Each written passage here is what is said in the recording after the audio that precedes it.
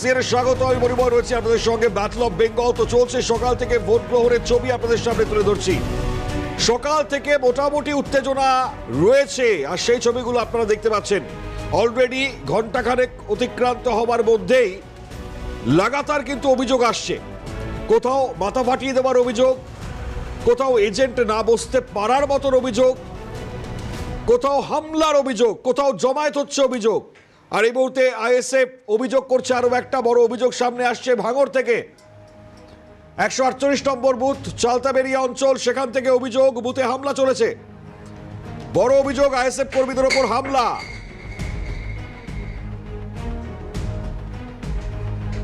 ভাঙড় থেকে লাগাতার অভিযোগ আসছে, তার মধ্যে এবার হামলার অভিযোগ। কি বলছেন আইএসএফ কর্মী, শোনাই।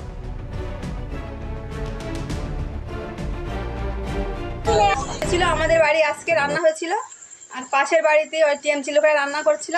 এবার ওদের খেয়ে দিয়ে চলে যাচ্ছিল। এবার আমাদের ওখান থেকে এবারে আমাদের ছেলেরা পাড়া দিচ্ছিল ওরা যাচ্ছিল ওখান থেকে। এবারে কেউ বাঁশ দিয়ে মেরেছে, কেউ ওইরকম রড দিয়ে মেরেছে। আর ওই আমাদের কোনো ঝামেলিতি নেই, আমাদের কোনো কিছুতি নেই। এবারে ইট দিয়ে মেরেছে একজন, আমার স্বামী ইট মেরেছে, বিশাল মার মেরেছে। রাতের ঘটনায় মুহূর্তে সামনে আপনাদের সামনে তুলে ধরলাম আমরা। লাগাতার যে অভিযোগগুলো পাচ্ছি, শুধু রাত নয় সকাল থেকেও লাগাতার অভিযোগ উঠে আসছে। এক্ষেত্রে মফিজুল ইসলাম আমাদের সঙ্গে রয়েছেন টেলিফোন দ্বারা, আমাদের প্রতিনিধি। মফি, বড় অভিযোগ বারবার ভাঙড় থেকে আসছে, যে ঘটনা ঘটেছে জানো বিস্তারিত। এটা হচ্ছে রাতের ঘটনা। গতকাল রাতে চালতাবেরিয়া অঞ্চলে কিন্তু এই ঘটনাটি ঘটেছে, যেখানে আইএসএফ এর কর্মীর বাড়িতে গিয়ে হামলা করা হয় এবং সেখানে আইএসএফ এর কর্মীকে বেধড়ক মারধর করা হয়েছে, একেবারে রক্তাক্ত করে দেওয়া হয়েছে। যেটা তাদের পক্ষ থেকে অভিযোগ করা হচ্ছে যে গতকালকে রাতের বেলা ওই আইএসএফ এর কর্মী যাকে মারধর করা হয়েছে তার বাড়িতে কিছু কর্মীর সমর্থক যারা ওখানে ভোটের কাজে ব্যস্ত ছিলেন, আজকে তারা এজেন্ট হিসাবে বসবে, তার প্রয়োজনীয় যে প্রস্তুতি, সেই প্রস্তুতি সারার জন্য তাদের বাড়িতে রান্না হচ্ছিল। তার পাশে আরেকটি বাড়ি যেটা তৃণমূল সমর্থকের বাড়ি, তাদের বাড়িতে ঠিক একই রকম ভাবে সেখানেও রান্না হচ্ছিল। ফলে দুটো পাশাপাশি বাড়িতে, একটা তৃণমূলের কর্মী সমর্থকদের খাওয়ার জন্য রান্না, অন্যদিকে আইএসএফ এর কর্মী সমর্থকদের মানে খাওয়ার জন্য আরেকটি বাড়িতে রান্না করা হচ্ছিল। অভিযোগ যেটা, যে তৃণমূলের কর্মী সমর্থকরা খাওয়া দাওয়া ছেড়ে যখন বাড়ি ফিরছিল সেই বাড়ি থেকে, তখনই আইএসএফ এর কর্মী সমর্থকের যার বাড়িতে হামলা হয়েছে তার বাড়ির সামনে দিয়ে যাওয়ার সময় তখনই আইএসএফ এর কর্মী সমর্থক যারা ছিলেন তাদেরকে বেধড়ক মারধর করা হয়। তাদের মধ্যে একজন যুবক যার এজেন্ট হিসেবে বসার কথা ছিল, তাকে বেধড়ক মারধর করা হয়েছে বলে অভিযোগ উঠছে, তাকে রক্তাক্ত করে দেওয়া হয়েছে। তাছাড়াও সেই মানে কর্মীর পাশাপাশি তার মা এবং তার ভাইকেও বেধড়ক মারধর করা হয়েছে। এই পরিস্থিতিতে গতকালকে কার্যত উত্তপ্ত হয়ে ওঠে চালতাবেরিয়া অঞ্চল। পুলিশের একটা বিশাল টিম রাতের বেলা দিয়ে ওখানে অভিযান চালায়। অভিযান চালিয়ে এই ঘটনায় 3 জনকে গ্রেফতার করেছেন, যার মধ্যে 2 জন হচ্ছে তৃণমূলের এবং 1 জন হচ্ছে আইএসএফ এর। অর্থাৎ উভয় দলের 3 জনকেই পুলিশ কিন্তু গ্রেফতার করেছে। তবে গতকালকে রাতের ঘটনার পর ওই এলাকাটায় সকাল থেকে থমথমে। নতুন করে ওই এলাকায় কোনো অশান্তির খবর না থাকলেও ভোট এখনো পর্যন্ত ওখানে নির্বিঘ্নেই শুরু হয়েছে। তবে গতকালকের এই ঘটনার ফলে ভোটারদের মধ্যেও কিন্তু একটা আতঙ্কের পরিবেশ কিন্তু এই এলাকায় রয়েছে। নজর রাখো পরিস্থিতির দিকে মফিজুল। ধন্যবাদ। মফিজুল ইসলাম ছিলেন টেলিফোন দানে। আর লাগাতার ছবি আমরা দেখাচ্ছি আপনাদেরকে। এবার যে ছবিটা দেখাবো উল্লেখযোগ্য, নাম সংকীর্তন করতে করতে ভোট দিতে যাচ্ছেন রাধারমন দাস। চলুন এই মুহূর্তে ছবিটা দেখাই আপনাদেরকে। নাম সংকীর্তন করতে করতে রাধারমন দাস তিনি ভোট কেন্দ্রে যাচ্ছেন। শোনাই, ছবিটা দেখাই।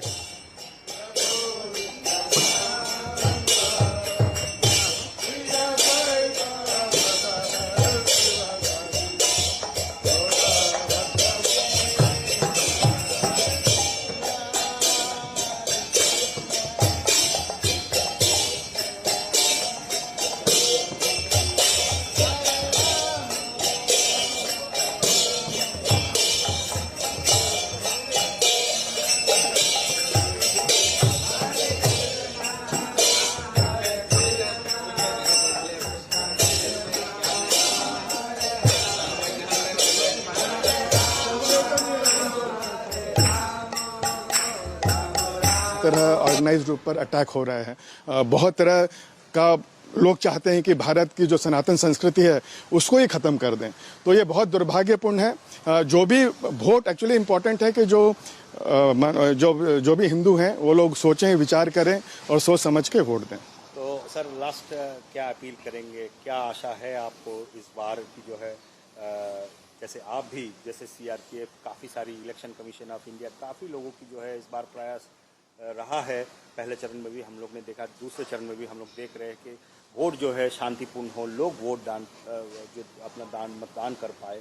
तो आप लोग भी एक शांति का परिवेश जो है तैयार करने के लिए जो कोशिश कर रहे हैं, तो क्या लगता है इस बार कितना सफल हो पाएगा ये सारे लोगों पे जो इनिशिएटिव है? हमेशा जो इलेक्शन कमीशन का तो जो प्रयास यही रहना चाहिए कि सभी लोग शांतिपूर्ण तरीके से वोट कर सकें, और हम देख भी रहे हैं कि काफ़ी व्यवस्थित हो रहा है और चीज़ें हैं, इसीलिए हो सकता है वोट परसेंटेज भी बढ़ रहा है। तो ऑफ कोर्स सभी को निर्भय होकर वोट करना चाहिए, कोई भय नहीं है। लोग जागृत हैं, आज लोग सोशल मीडिया में हैं, जानते हैं कि देश विदेश, इवन आज गांव में चले जाइए, लोग बहुत जागृत हैं, विदेश में क्या हो रहा है लोग जानते हैं। तो इस पर ज़्यादा बोलने की ज़रूरत नहीं, लेकिन अगर आप जानते हैं, लेकिन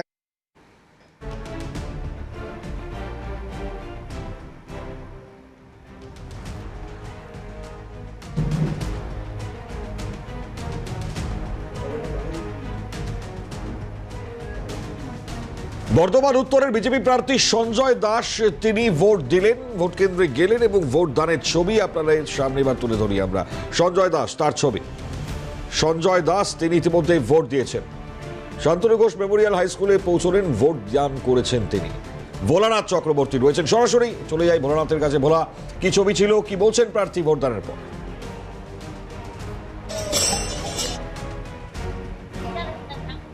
দেখো, এই মুহূর্তে আছি আমি বর্ধমান উত্তর 107 নম্বর এবং 106 নম্বর যে বুথ, সেই বুথেই কিন্তু দেখতেই পাচ্ছ যে প্রার্থী ভূমিপুত্র বলা যেতে পারে এখানকার প্রার্থী, তিনি কিন্তু সবে মাত্র ভোট দিয়ে বেরোলেন এবং দেখতেই পাচ্ছ সকাল থেকে কিন্তু সাধারণ মানুষের যেমন ভিড়, ভোটারদের, মহিলাদের সংখ্যা কিন্তু বেশি। দেখো, প্রথম দফায় আমরা দেখেছি 92% ভোট পড়েছে, ফলে বলাই যেতে পারে যে এই দ্বিতীয় দফাতেও কিন্তু তেমন ভোটের আশা করা যেতে পারে, কারণ সকাল থেকে যেটা দেখছি। আমরা এই মুহূর্তে আছি সঞ্জয় দাসের সঙ্গে কথা বলবো, তিনি ভোট দিয়ে বেরিয়েছেন। আপনি ভোট দিলেন, দেখতেই পাচ্ছ যে ভোট দিয়েছেন এবং ভিক্টরি সাইন দেখাচ্ছেন, বলাই যেতে পারে তার মুখে কিন্তু হাসি, যেহেতু তিনি কিন্তু ভূমিপুত্র এখানকার, তিনি সকাল সকাল ভোট দিয়ে বিভিন্ন বুথে তারপরে ঘুরবেন। আমি জানার চেষ্টা করবো কেমন বুঝতে পারছেন একেবারে। দেখুন, উত্তর বিধানসভা একটা সন্ত্রাসপূর্ণ বিধানসভা। বাপদাদাদের মুখে শুনেছি এই বিধানসভায় এমএলএ এমপিরা খুন হয়েছেন। সেই বিধানসভায় আমার 18 বছরের ঊর্ধ্বে আমি এই নিয়ে 4 বার ভোট প্রয়োগ করলাম। আমার জীবনে এই 4 বার ভোট প্রয়োগে এই প্রথম এরকম সুষ্ঠুভাবে নির্বাচন। এই জন্য নির্বাচন কমিশনকে ধন্যবাদ এবং সাধুবাদ জানাই, কারণ এরকম সুষ্ঠু ভোট এই প্রথম দেওয়া হলো। আমি আশাবাদী যে উত্তর বিধানসভায় পশ্চিমবঙ্গের ইতিহাসে প্রথম স্থানে থাকবে, কারণ যেভাবে ভোটাধিকার মানুষ প্রয়োগ করছে, এতে বিজেপির পক্ষে উত্তর বিধানসভা ইতিহাস সৃষ্টি করবে। আপনি এই প্রথমবার নির্বাচনে অংশগ্রহণ করছেন, এর আগেও অন্যান্যরা ছিল, সেই সময় কি ভোট ঠিক মতন হতো? আমি এই নিয়ে বিধানসভা অনুযায়ী 2011 সালে প্রথম ভোট প্রয়োগ করি। আজকে নিয়ে 4 বার, এই নিয়ে 4 বার বিধানসভায় আমি ভোট প্রয়োগ করছি। এরকম সুষ্ঠু শান্তি ভোট কোনোদিন আমি প্রয়োগ করতে পারিনি। ভোট দিতে গেছি, যখন আমার ভোট হয়ে গেছে, এরকম আমি হয়েছি, শিকার হয়েছি। তো আজ এই প্রথম নির্বাচন কমিশন যে এত সুষ্ঠুভাবে ভোট করছে, এর জন্য নির্বাচন কমিশনকে অসংখ্য ধন্যবাদ। জেতার ব্যাপারে কতটা আশাবাদী এই যে ভোট পড়ছে? দেখুন, জেতা হারাটা গণদেবতার উপরে নির্ভরশীল। গণদেবতা যাকে ভোট দেবে সে জিতবে। এখানে গণদেবতাই শেষ কথা, গণদেবতার উপরে আস্থা আছে এবং এই পশ্চিমবঙ্গের ইতিহাসে উত্তর বিধানসভা ইতিহাস সৃষ্টি হবে। ভারতীয় জনতা পার্টির রেজাল্ট মানুষ বুঝিয়ে দেবে। প্রশাসন বা কেন্দ্রীয় বাহিনী কেমন ভূমিকা থাকে? যথেষ্ট ভালো, কারণ আমিও ভোট দিতে ঢুকলাম, এরকম আমার জীবনে 4 বার ভোট দিতে ঢুকলাম, এই প্রথম এত শান্তিভাবে ভোট হচ্ছে। দেখো, বুঝতে পারছে এত শান্তিভাবে কিন্তু এই প্রথমবার ভোট হচ্ছেন এবং উনি 4 বার কিন্তু ভোট দিয়েছেন, কিন্তু কখনো গিয়ে ভোট দিয়ে গিয়ে কিন্তু তিনি ভোট দিতে পারেননি, কিন্তু এইবারে ভোট দিতে পারছে। দেখতে পাচ্ছ সাধারণ মানুষ যেভাবে ভোটে দাঁড়িয়েছে, বলাই যেতে পারে যে এই যে ভোট, এই ভোট কিন্তু শতাংশের হিসেবে কিন্তু আরো বেশি বেড়ে যেতে পারে, কারণ আমরা দেখেছি প্রথম দফায় যেসব কোথাও 92, কোথাও 95 পর্যন্ত চলে গেছে। অর্থাৎ বলাই যেতে পারে, তুমি দেখতেই পাচ্ছ যেমন একদম একদম গুরুত্বপূর্ণ ছবি ভোটদানের। বীরভূম এই মুহূর্তে যেমনটা ছবি আমরা দেখেছি আগে, এবার কিন্তু বর্ধমান থেকেও ছবিটা দেখতে পাচ্ছি, গুরুত্বপূর্ণ ছবি। ধন্যবাদ। ভোলানাথ চক্রবর্তী ছিলেন সরাসরি। শুধু এখানেই শেষ নয়, মমতা বন্দ্যোপাধ্যায় তিনি এই মুহূর্তে পরিদর্শন সারছেন, ভবানীপুরের বিভিন্ন এলাকায় তিনি যাচ্ছেন, পরিদর্শন সারছেন, কি বিস্তারিত খবর নিচ্ছেন তিনি। ছবিটা দেখাবো আপনাদেরকে। মমতা বন্দ্যোপাধ্যায়ের যে ছবি সামনে এসছে আপনারা দেখতে পাচ্ছেন, এই মুহূর্তে বিভিন্ন এলাকায় পরিদর্শন সারছেন, বুথে বুথে যাচ্ছেন মমতা বন্দ্যোপাধ্যায়। সকাল থেকেই ভবানীপুরে পরিদর্শনের বিভিন্ন ছবি এসছে। নিজে ভোট দেওয়ার আগে এলাকা যে পরিদর্শন সেটা সেরে দিচ্ছেন। বাড়ি থেকে বেরিয়ে চেতলায় পরিদর্শন করলেন। ফিরাদ হাকিমের সঙ্গে কথাও বলেছেন বলে আমরা জানতে পারছি।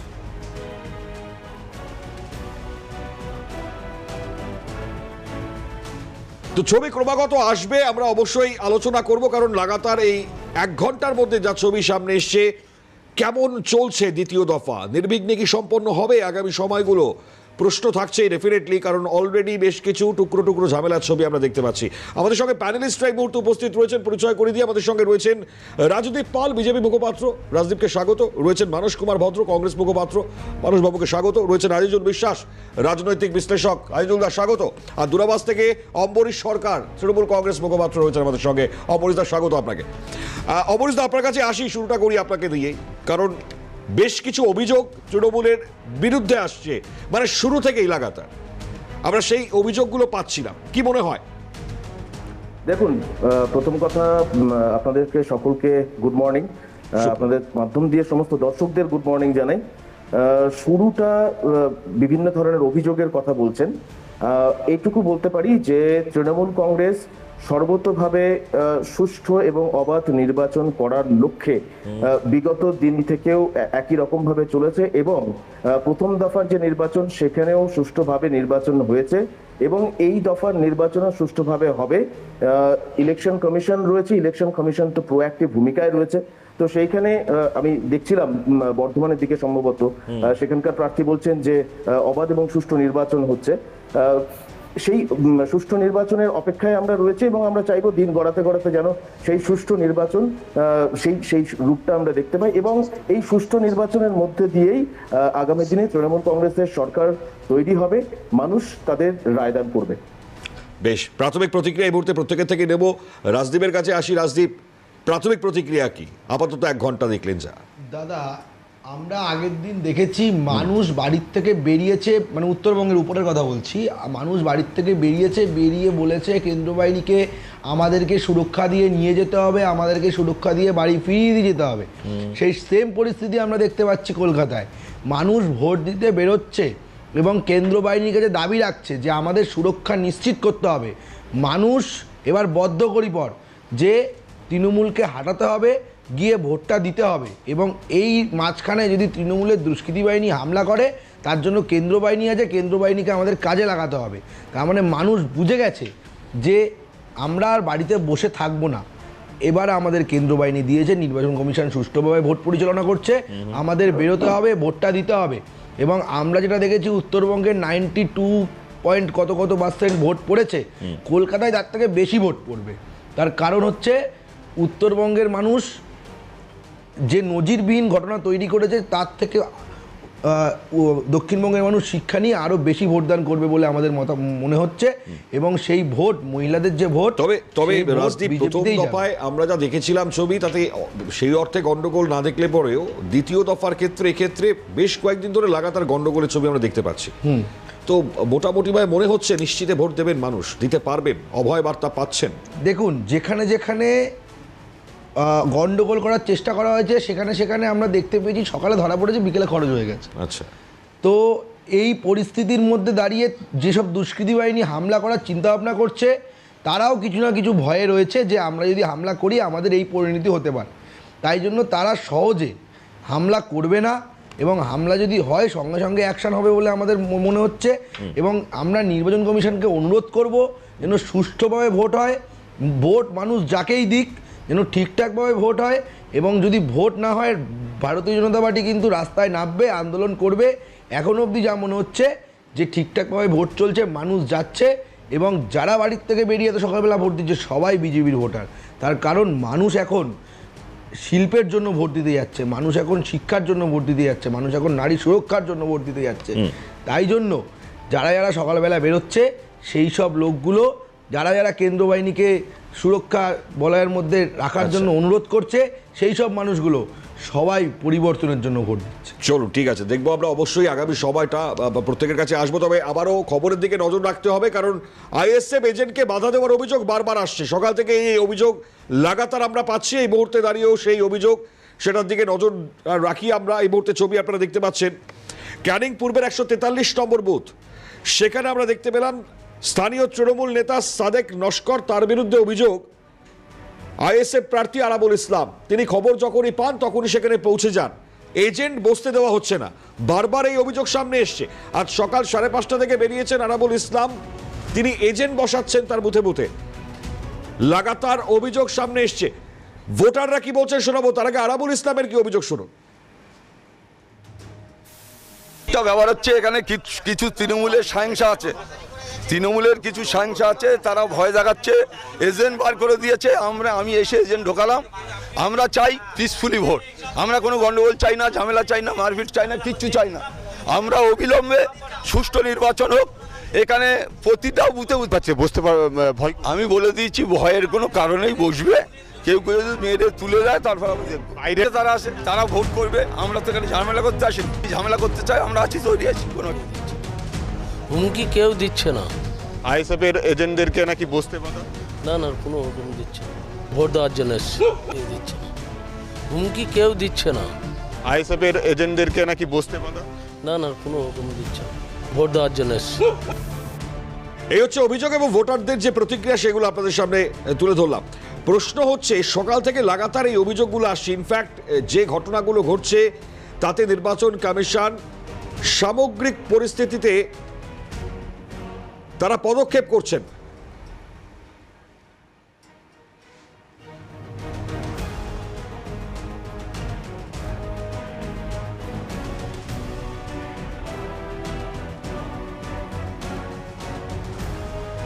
মৌমিতা বিশ্বাস মিত্র বিজেপি প্রার্থী, তিনি ইতিমধ্যেই ভোট দিয়েছেন আর সেখানকার ছবিটাও তুলে ধরবো। ভোট কেমন চলছে, অভিষেক শাহ আমাদের সঙ্গে রয়েছেন প্রার্থীর সঙ্গে। অভিষেক, তুমি রয়েছো, কেমন চললো ভোটদান এবং একই সঙ্গে সামগ্রিক ছবিটা কিভাবে দেখছেন প্রার্থী?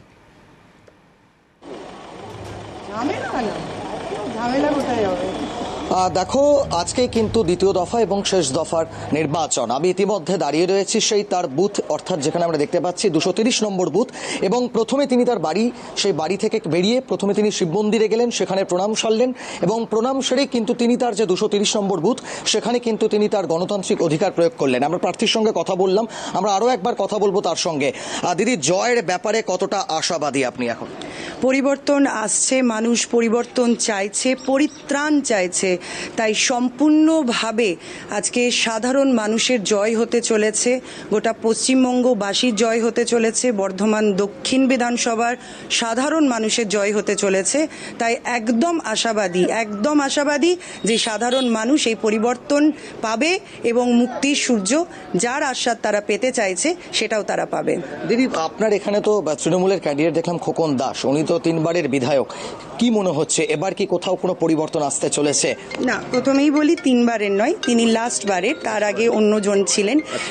কিন্তু লাস্ট 15 বছর ধরে তৃণমূলের যে ধরনের অপব্যবহার করা হয়েছে ক্ষমতাকে, misuse of the power, misuse of the chair, সেটার প্রতিবাদে আজকে মানুষ ভোট দেবে। যে স্লোগান দিয়ে আজকে তারা এসেছিল, সেই স্লোগানের মা মাটি মানুষ প্রতিদিন 24 ঘন্টা তাদেরকে কাঁদতে হচ্ছে, শোষিত হতে হচ্ছে, বঞ্চিত হতে হচ্ছে, অপমানিত হতে হচ্ছে এবং তাদেরকে লজ্জিত হতে হচ্ছে যে এই সরকারের আন্ডারে তারা এখনো পর্যন্ত আছে। তাই আজকের ভোট, আজকের নির্বাচন হবে স্বাধীন হবার ভোট, আজকের ভোট হবে মা বোনেদের সুরক্ষার ভোট, আজকের ভোট হবে ছেলে মেয়েদের ভবিষ্যতের ভোট, সিকিউরিটির ভোট, ল অ্যান্ড অর্ডারকে ফিরিয়ে পাওয়ার ভোট। তাই আজকে সাধারণ মানুষ এই দিনটার জন্য অপেক্ষা ছিল। আপনারা প্রথম দফার ভোট দেখেছেন, মানুষ একদম সকাল থেকে উঠে ভোট দিয়েছে। আজকেও ঠিক সেই রকমই ঘটনা। আমি সকাল 6:30 থেকে শুনছি লাইন পড়ে গেছে, যে আমাদের একটা কথাই আছে, পেহলে মতদান উসকে বাদ জলপান। তো মানুষ আজকে সেই জিনিসটাই নিয়েছে। দিদি, এখনো পর্যন্ত কোনো এলাকায় গন্ডগোলের খবর কিছু পাচ্ছেন এখনো পর্যন্ত? না, কোনো ঘটনা সেরকম আমি এখনো পাইনি। সুষ্ঠুভাবে হয়েছে। একটা জায়গায় একটু ইভিএম এর প্রবলেম হয়েছিল, সেজন্য লাইনটা একটু বেশি হয়ে গেছিল। তো আমি খোঁজ নিয়েছি, ঠিক আছে। এখন কি আপনি তাহলে এলাকায় ঘুরবেন? হ্যাঁ, আমি আমার ভোটদান হয়ে গেছে, আমি এবার প্রত্যেকটা ওয়ার্ডে ঘুরবো। মানুষ কি বলছে? অনেকে তো দেখলাম আপনাকে সেলফি তুলছে, অনেকের সাথে কথা বলতে এগিয়ে আসছে, মানুষের তো একটা ভালো সাড়া পাচ্ছি আমরা। অবশ্যই, এটাই তো বলছি, এটা সাধারণ মানুষের জয় হবে, কোনো নেতা নেত্রীর জয় নয়, কোনো হেভি ওয়েটের জয় নয়। মানুষ পরিষেবা চাই, ভালোবাসা চাই, শান্তি চাই। একজন মানুষ যখন জনপ্রতিনিধি হয় তার কাজ হচ্ছে মানুষের সঙ্গে থাকা, পাশে থাকা, পাওয়ারকে মিসইউজ করা নয়। কিন্তু তৃণমূল সরকার শাসক দল এতদিন অবধি পাওয়ারকে মিসইউজ করেছে, চেয়ারকে মিসইউজ করেছে। কোনো জায়গায় মানুষ স্বাধীনভাবে কথা বলতে পারে না, স্বাধীনভাবে মত প্রকাশ করতে পারে না। এটা গণতন্ত্র নয়। বেশ, অবশ্যই খুব গুরুত্বপূর্ণ জায়গা যেটা বলছেন প্রার্থী। ধন্যবাদ। অভিষেক সাহা আমাদের সঙ্গে ছিলেন সরাসরি। খুব তাৎপর্যপূর্ণ, কারণ দ্বিতীয় দফার ভোট লাগাতার অনেকগুলো আঙ্গিক রয়েছে। আমরা ডেফিনেটলি আলোচনায় আসবো একটা দ্রুত বিরতির পর। সঙ্গে থাকবেন।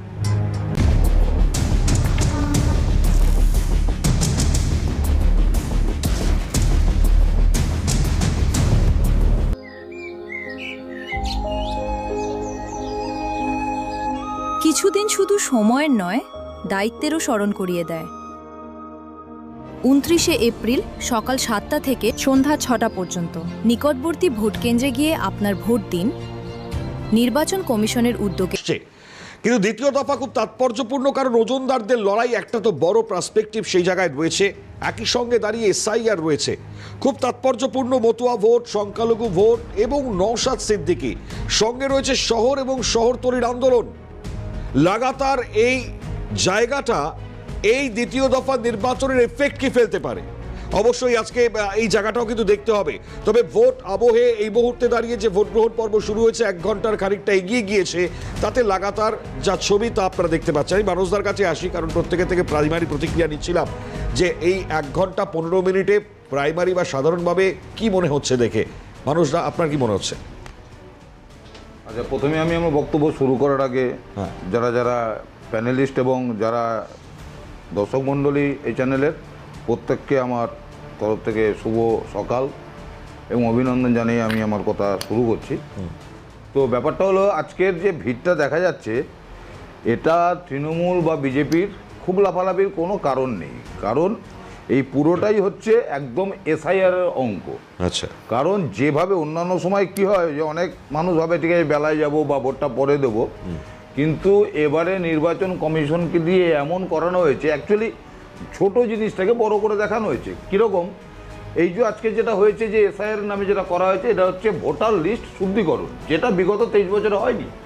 সেই ভোটার লিস্ট শুদ্ধিকরণ, যেটাতে আমরা আমাদের নেতা শুভঙ্কর সরকার একটা কথা বলেছিল যে প্রতিটি বৈধ ভোটারের নাম যেন ওঠে, যেন কারোর নাম বাদ না যায়, এবং যেগুলো ডাউটফুল ভোটার, ডি ভোটার আছে বা যেগুলো ডেড ভোটার আছে, সেগুলোকে বাদ দেওয়া হোক, ঠিকঠাক করা হোক।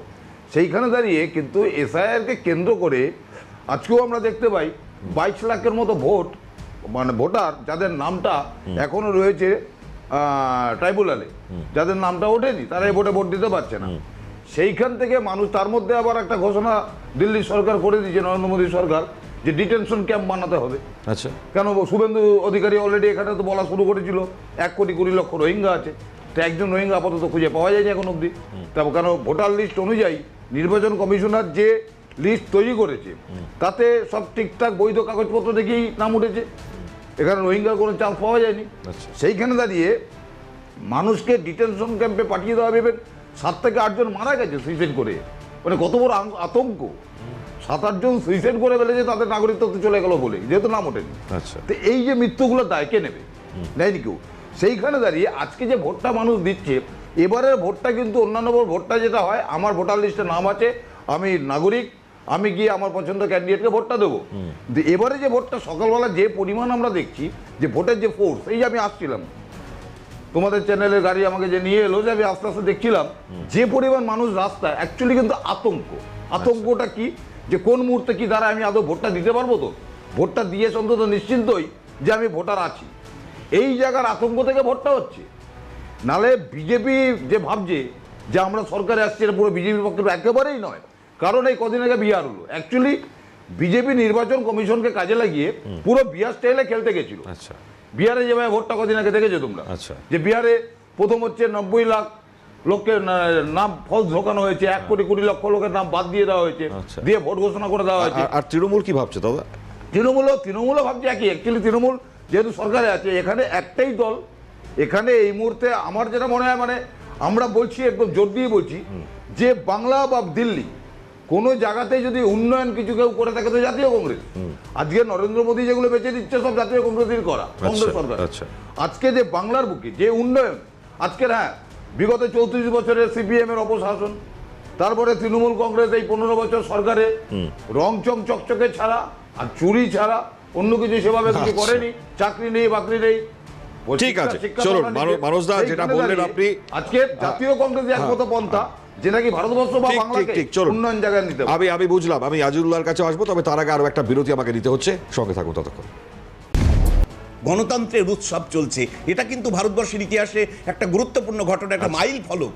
আর একটা বিষয় হচ্ছে, কেন বলছি, দেখো গতকালকে নির্বাচন কমিশন সুপ্রিম কোর্টের যে ভার্ডিক্ট, সুপ্রিম কোর্টের যে নির্দেশনায় যেটা ট্রাইব্যুনাল চলছে, সেই ট্রাইব্যুনালে গতকালকেও 1400 মানে 1450 লোক ভোটাধিকার পেয়েছে ওই ট্রাইব্যুনালে যারা ডিলিট হয়েছিল তাদের থেকে, অর্থাৎ এবং মাত্র 6 জন মতো তারা অগ্রাহ্য হয়েছে। তার মানে কি হচ্ছে যে 27 লক্ষ আন্ডার ট্রাইব্যুনালে আছে, তাদের কিন্তু সিংহভাগ ভোটাধিকার ফিরে পাচ্ছে।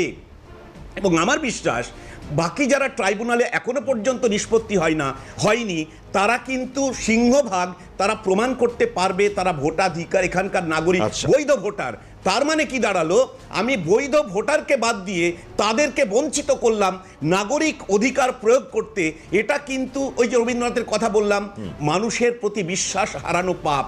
কোথাও না কোথাও রাষ্ট্র বা যে সমস্ত সাংবিধানিক সংস্থা যেমন নির্বাচন কমিশন, সেই নির্বাচন কমিশন মানুষের প্রতি বিশ্বাস রাখতে পারেনি, এই জবাব কিন্তু মানুষ কিন্তু দেবে। চলুন ঠিক আছে, অবশ্যই তা তো দেখবার 4 তারিখ তার এফেক্ট আমরা অবশ্যই বুঝতে পারবো। তবে এই মুহূর্তে ব্রেকিং নিউজ আসছে একের পর এক। দেগঙ্গা থেকে এই মুহূর্তে খবর আপনাদেরকে জানাচ্ছি, তৃণমূল প্রার্থী আনিসুর রহমান, তাকে দেখে চোর স্লোগান উঠছে। ঘটনায় যে ভিডিও সামনে এসছে তা ভাইরাল এই মুহূর্তে। এই হচ্ছে সেই ছবি, রাতের অন্ধকারের ছবি আমরা দেখতে পাচ্ছি, যেটা বড় অভিযোগ টাকা বিলি করছিলেন নাকি তিনি, সেই কারণেই বিক্ষোভ। এই ভিডিও সত্যতা যদিও সিএন যাচাই করেনি, এই ভিডিও ভাইরাল। অভিযোগ তৃণমূল যদিও অস্বীকার করছে। আমাদের প্রতিনিধি পঙ্কজ রয়েছে টেলিফোন লাইনে, তবে তার আগে একটু ছবিটা দেখাই দর্শকদেরকে।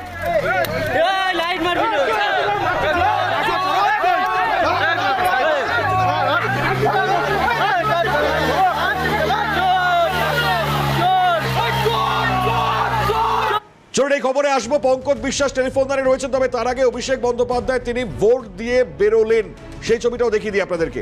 অভিষেক বন্দ্যোপাধ্যায় জাস্ট ঢুকেছিলেন তিনি ভোট দিতে, এই মুহূর্তে বেরোচ্ছেন ভোট দেওয়ার পর। কোনো রকম প্রতিক্রিয়া আসে কিনা তার দিকে নজর রাখছি আমরা। গুরুত্বপূর্ণ ছবি এই মুহূর্তে আপনারা দেখতে পাচ্ছেন। ভোট দিয়ে বেরোলেন অভিষেক বন্দ্যোপাধ্যায়।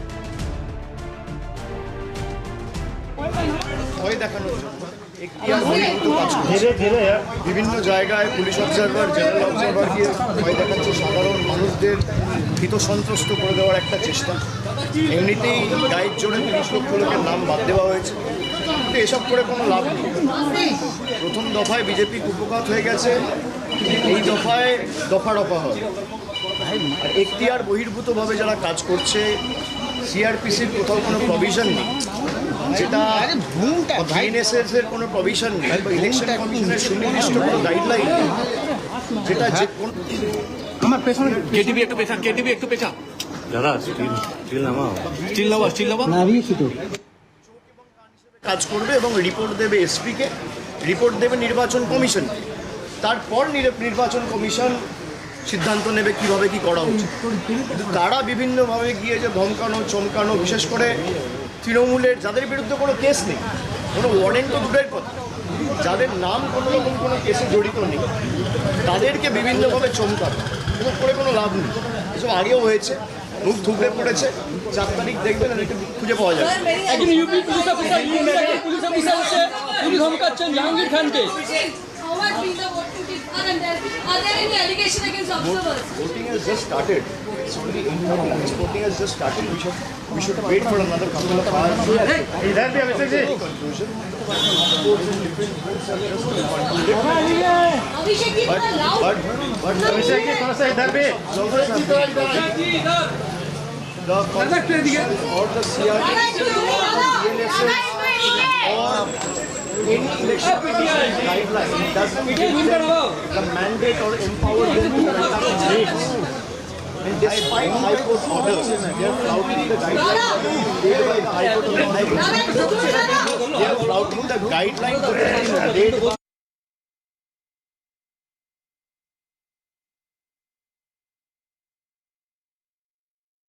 অভিষেক বন্দ্যোপাধ্যায় বেরিয়ে যে প্রতিক্রিয়া দিচ্ছেন তার মধ্যে একটা খুব উল্লেখযোগ্য ধমকানো চমকানো হচ্ছে তৃণমূল কংগ্রেসের অনেককেই, কেউ থানায় নিয়ে চলে যাওয়া হচ্ছে। এই ধমকে চমকে কিছু হবে না, যেটা অভিষেক ব্যানার্জি বলছিলেন। ভোটের 4 তারিখ ডেফিনেটলি এর পরিস্থিতি কোন জায়গায় যাবে সেটার একটা আভাস পাওয়া যাবে এবং সেটাতেই ব্যাপকতা হবে। আমরা পঙ্কজের কাছে যাই, কারণ আনিসুর রহমানের যে ছবিটা দেখাচ্ছিলাম, চোর চোর স্লোগান, ঠিক কি ঘটেছে? টাকা নেওয়ার মতন অভিযোগ পঙ্কজ সামনে এসেছিল, কি খবর পাচ্ছ? দেখো মনে হয় আইএসএফের যেটা অভিযোগ যে গতকাল রাত্রিবেলায় দেগঙ্গার তৃণমূল প্রার্থী আনিসুর রহমান বিদেশ তিনি কিন্তু ওই 68 নম্বর বুথ এলাকায় শেতপুর এলাকায় সেই পাড়ার মধ্যে যান, গিয়ে তিনি নাকি ভোটারদের মধ্যে টাকা বিলি করছিলেন, এমনটা কিন্তু অভিযোগ আইএসএফের পক্ষ থেকে। এবং জানিয়ে কিন্তু বিক্ষোভ দেখাতে শুরু করে এবং ঘটনাস্থল থেকে চলে আসেন আনিসুর রহমান বিদেশ। অপরদিকে আনিসুর রহমান বিদেশের যেটা অভিযোগ যে তিনি কোনো টাকা বিলি করতে যাননি, ওইখানের যে তৃণমূলের যে প্রেসিডেন্ট আছেন তার একটা ফর্মে সই বাকি ছিল, তিনি সই করতে গিয়েছিলেন এবং তিনি যখন সই করে ফিরছিলেন তখন কিন্তু আইএসএফের যে প্রার্থী আছেন তিনি এবং তার ভাই তারাও কিন্তু সংগঠিতভাবে তার উপরে আক্রমণ করে, তাকে হেনস্থা করে, এমনটা কিন্তু অভিযোগ করেছে আনিসুর রহমান বিদেশ। এই ঘটনা কিন্তু যথেষ্ট উত্তেজনা ছড়ায়, ঘটনাস্থলে দেগঙ্গা থানা পুলিশকে পরিস্থিতি নিয়ন্ত্রণে আনে। মনিময়, ধন্যবাদ পঙ্কজ। পঙ্কজ বিশ্বাস ছিলেন টেলিফোন লাইনে আমাদের প্রতিনিধি। সোনাই, আনিসুর রহমান তিনি কি বলছেন, পাশাপাশি আইএসএফ এর যিনি অঞ্চল সভাপতি তার পাল্টা কি অভিযোগ ছিল শুনুন। দেগঙ্গার মূল মন্ত্র এই আইএসএফ দলটা কি শুরু করেছে? একটা এজেন্টের ফর্ম যেখানে সই মিসম্যাচ, সই ছিল না, সেই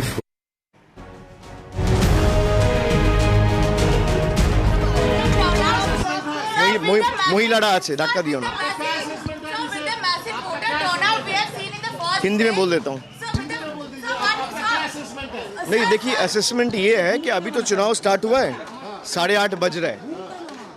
हाई कोर्ट के क्लियर गाइडलाइंस के बावजूद भी ये लोग कोई गाइडलाइन हाई कोर्ट का सुप्रीम कोर्ट के मानते नहीं है। ऑब्जर्वर्स जाके घर घर रेड करते हैं।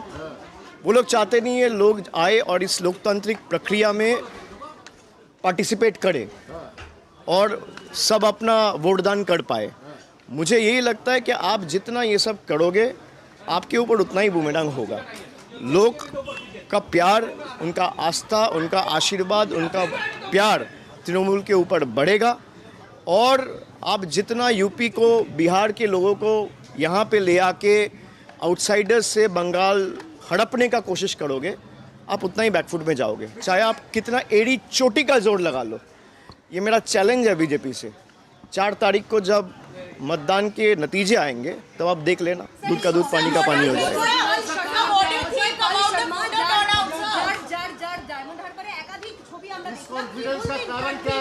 এসব ও ফুটেজ খেতে এসছে, নিজের ফুটেজ বেরিয়ে গেছে। ওসব করে কোনো লাভ নেই, ওসব করে কোনো লাভ নেই।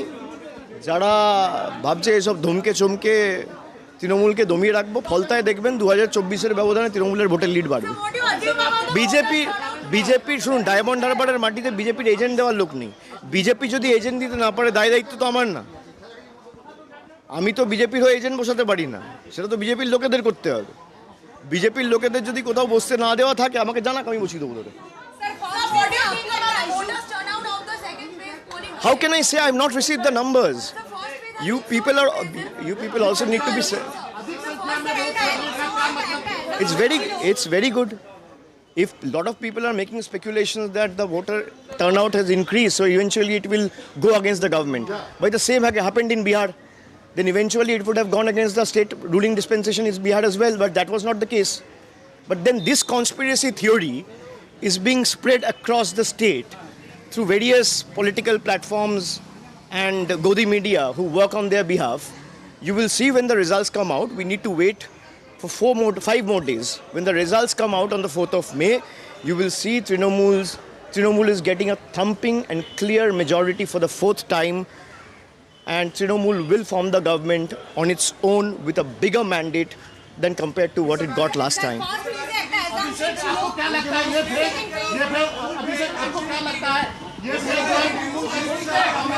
भाई पहला फेज भी हमारा अच्छा गया, मैं तो बोल दिया हूँ कि सेंचुरी क्रॉस कर चुके हैं, 4 दिन वेट कर लीजिए। भाई मैं कुछ बोल सकता हूँ, वो सही हो सकता है, गलत हो सकता है, बीजेपी वाले कुछ बोल सकते हैं, वो सही हो सकता है, गलत हो सकता है। आप 4 दिन वेट कर लीजिए, दूध का दूध पानी का पानी हो जाएगा।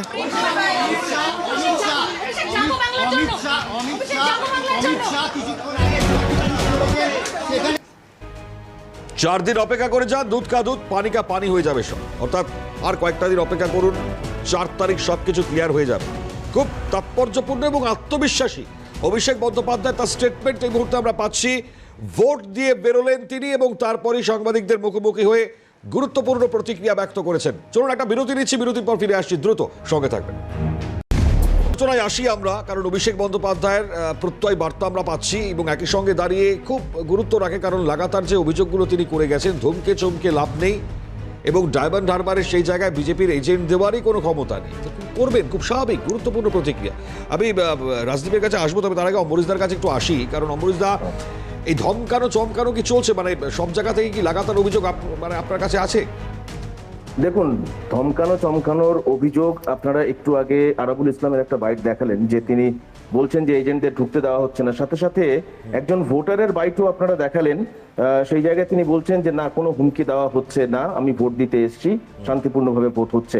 তো এই ধমকানো চমকানোর অভিযোগ যারা করছে তারা উদ্দেশ্য প্রণোদিতভাবে তারা এই ধরনের অভিযোগ তাদের করতেই হবে। তার কারণ শান্তিপূর্ণভাবে নির্বাচন হচ্ছে, এই শান্তিপূর্ণভাবে নির্বাচনের জায়গা থেকে বিগত 21 সালেও একই রকম ভাবে শান্তিপূর্ণ নির্বাচনের ওভারঅল একটা নির্বাচনের মধ্য দিয়ে তৃণমূল কংগ্রেস ক্ষমতায় এসেছিল এবং তৃণমূল কংগ্রেস ক্ষমতায় আসার পর এবারও যখন 2026-এ নির্বাচন হচ্ছে, একটা বিপুল অ্যারেঞ্জমেন্টের মধ্যে দিয়ে ইলেকশন কমিশন এই ভোটটাকে কন্ডাক্ট করছে। তো ইলেকশন কমিশনকে তারা ব্যবহার করতে চেয়েছিল, কিন্তু যে অর্থে ব্যবহার করতে চেয়েছিল সেই অর্থে সাধারণ মানুষ তাদের সাড়া দিচ্ছে না। আমি আপনাদের চ্যানেলেই দেখছিলাম একটু আগে যে দেশের প্রধানমন্ত্রী তিনি টুইট করেছেন যে রেকর্ড সংখ্যায় ভোটদানের জন্য তিনি আবেদন জানিয়েছেন। এখানে আমি বলবো যে তিনি আবেদন জানাচ্ছেন মানুষকে এবং মানুষ স্বতঃস্ফূর্তভাবে ভোটদান করছে এবং সেই ভোটদান কিন্তু নিশ্চিতভাবে এই যে বিপুল পার্সেন্টেজ, সেই পার্সেন্টেজের ভোট কিন্তু শান্তিপূর্ণভাবে তারা সেই ভোটদান কিন্তু এই যে অত্যাচার বিগত কয়েক মাস ধরে সাধারণ মানুষের উপর হয়েছে এসআইআর কে কেন্দ্র করে, মানুষদের কথার সঙ্গে আমাদের কথার অনেকটা মিল খুঁজে পাচ্ছিলাম কংগ্রেসের পক্ষ থেকে যিনি রয়েছেন।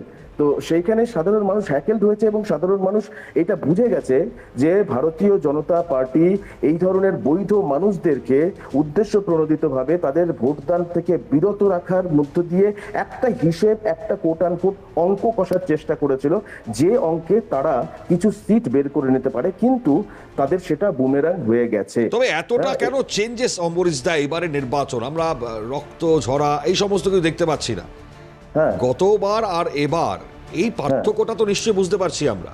কি মনে হয় আপনার এই পার্থক্যটা কেন? দেখুন, গতবারও সেন্ট্রাল ফোর্সের মাধ্যম দিয়ে ভোট হয়েছে, এবারও নির্বাচন সেন্ট্রাল ফোর্সের মাধ্যম দিয়ে হচ্ছে। বিরোধীদের যা দাবি থাকে সেই দাবি পূরণ করেই ইলেকশন কমিশন বিধানসভা নির্বাচন, লোকসভা নির্বাচন, ইভেন 2023-এর পঞ্চায়েত নির্বাচন, যে পঞ্চায়েত নির্বাচনে কমিশনের ভূমিকায় খুশি তো আপনারা? না, কমিশনের ভূমিকায় খুশি হওয়ার কিছু নেই। বিষয়টা হচ্ছে যে তাদের এটা দায়িত্ব, সেই দায়িত্বের জায়গা থেকে তারা অত্যন্ত প্রোঅ্যাক্টিভ ভূমিকা পালন করছে প্রথম দিন থেকে, যেদিন থেকে এসআইআর শুরু করেছে। এবং সেই প্রোঅ্যাক্টিভ ভূমিকা কোথাও আমাদের মনে হয়েছে যে এটা পক্ষপাত দুষ্ট, সেটা পক্ষপাত দুষ্ট হলেও তারা যে হিসেব কষার চেষ্টা করেছিল ভারতীয় জনতা পার্টির ইশারায় বা তাদের নির্দেশে, তাদের পার্টির অফিসের নির্দেশে যেটা হিসেব কষার চেষ্টা করেছিল, যে রেমেডি দেওয়ার চেষ্টা করেছিল, সেই রেমেডি কাজ করছে না। মানুষ ভোটদান করছে। আপনাদের চ্যানেলে দেখলাম একজন মহিলা প্রার্থী বর্ধমানের, তিনি বলছেন পরিত্রাণের ভোট, পরিত্রাণ চাইছে সাধারণ মানুষ। স্বাভাবিকভাবেই নিশ্চিতভাবে মানুষ পরিত্রাণ চাইছে বিজেপির অত্যাচার থেকে।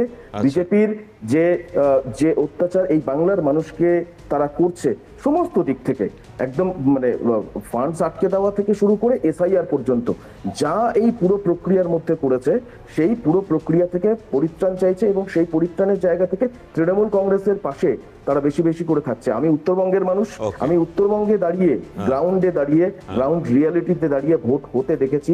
ভোট আমরা গত 23 তারিখে আমরা দিয়েছি, আমাদের গণতান্ত্রিক অধিকার প্রয়োগ করেছি। এখানকার সাধারণ মানুষ এইরকমই 6:30 নয় 5:30। তবে উত্তরবঙ্গ এবং দক্ষিণবঙ্গের মধ্যে কিন্তু এই পার্থক্যের জায়গাটা আমরা দেখতে পাচ্ছি। আমি একটুখানি হাওড়ার বালির দিকে নজর রাখি। ইভিএম সমস্যায় মানুষজন জেরবার, মানে যারা ভোটাররা তারা কি সমস্যার মধ্যে পড়েছেন, এবং তারই সঙ্গে বালির ডন বস্কো লিলুয়া সোহনলাল বিদ্যালয়ে বিক্ষোভ প্রদর্শন করছেন ভোটাররা, লাঠিচার্জ করে পরিস্থিতি নিয়ন্ত্রণে এনেছেন বাহিনী। এই মুহূর্তে সেই ছবি, মারাত্মক ছবি আপনারা দেখতে পাচ্ছেন। লাঠির গায়ে বেশ কয়েকজন ভোটার জখম হয়েছেন, একজনকে চ্যাংদোলা করে নিয়ে যাওয়া হচ্ছে। দ্বিতীয় দফা ভোটের এই ছবি, মারাত্মক ছবি এই মুহূর্তে আপনাদের দেখাচ্ছি।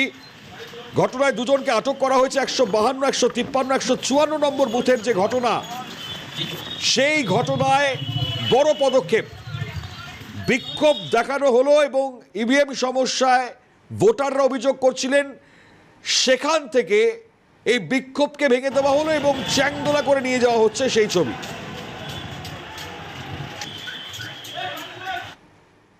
গুরুত্বপূর্ণ ছবি এই মুহূর্তে আপনাদেরকে দেখাচ্ছি। বালির ডন বস্কো লিলুয়া সোহনলাল বিদ্যালয় বিক্ষোভ প্রদর্শন করছিলেন ভোটাররা, লাঠিচার্জ করে পরিস্থিতি নিয়ন্ত্রণে আনে কেন্দ্রীয় বাহিনী। বেশ কয়েকজন ভোটার যারা জখম হয়েছেন বলে খবর পাচ্ছি আমরা। একটু ছবিটা শুনবো আমরা।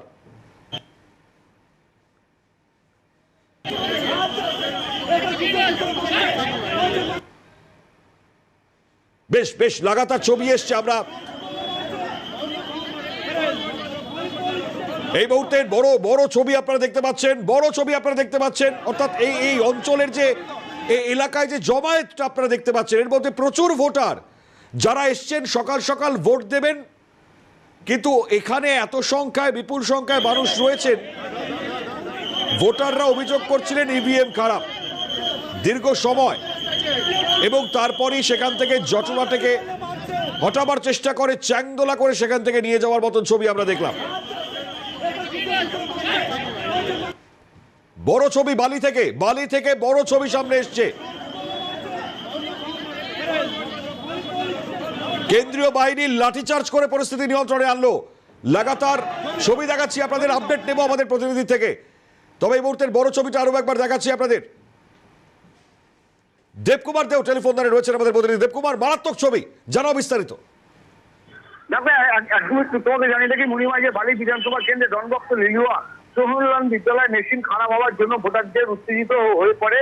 ভোটাররা কিন্তু লম্বা লাইন, কেন্দ্রীয় বাহিনী লাঠিচার্জ করে জখম হয় এক ভোটার। এই ঘটনায় কেন্দ্রীয় বাহিনী এবং পুলিশ দুজনকে আটক করে। ঘটনাস্থলে বিশাল পুলিশ বাহিনী মোতায়েন করা হয়েছে যাতে নতুন করে কোনো অপ্রীতিকর ঘটনা না ঘটে। তবে তুমি জানিয়ে রাখি যে বালি বিধানসভা কেন্দ্রের 152, 153 এবং 154 নম্বর বুথে এই মেশিন খারাপ থাকার কারণে কিন্তু ভোটারদের সকাল থেকেই লম্বা লাইন। এই লম্বা লাইন হওয়ায় কিন্তু ভোটাররা উত্তেজিত হয়ে পড়ে এবং কেন্দ্রীয় বাহিনীকে লাঠিচার্জ করে ছত্রভঙ্গ করতে হয়। তো এই ঘটনায় পুলিশ দুজনকে আটক করেছে। এখনো পর্যন্ত বিশাল পুলিশ বাহিনী ও কেন্দ্রীয় বাহিনী মোতায়েন করা হয়েছে এই এলাকায়, যাতে কোনো চ্যাংদোলা করে নিয়ে যাওয়ার মতন পরিস্থিতি তৈরি হলো কেন? মানে কি কথা কাটাকাটি বা কোনো রকম কোনো কিছু বাকবিতণ্ডা কি তৈরি হয়েছিল?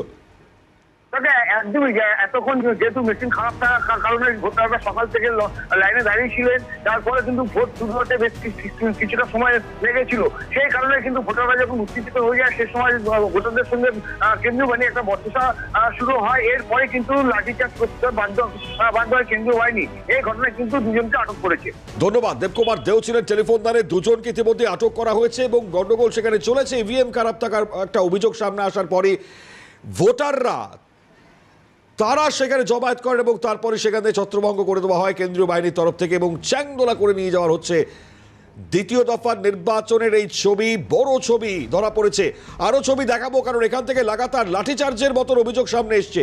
সেই ছবিও দেখাবো অবশ্যই। যে ছবি সামনে আসছে লাগাতার বালিতে আমরা নজর রেখেছি। বালির বড় ছবি এই মুহূর্তে, এই লাঠির গায়ে যেভাবে জখম হয়েছেন আমরা জানতে পারছি। ছবিটা দেখাবো আপনাদেরকে, কারণ ছবি সামনে এসছে। আপাততভাবে বিশাল পুলিশ বাহিনী মোতায়েন রয়েছে সেখানে, যাতে কোনো রকম আর অপ্রীতিকর পরিস্থিতি তৈরি না হয়। 152 দেখুন লাঠিচার্জের ছবি।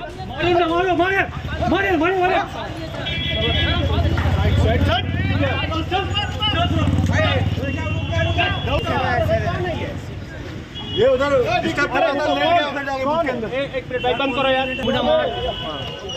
सुनिए भाई, जाइए। सुंदर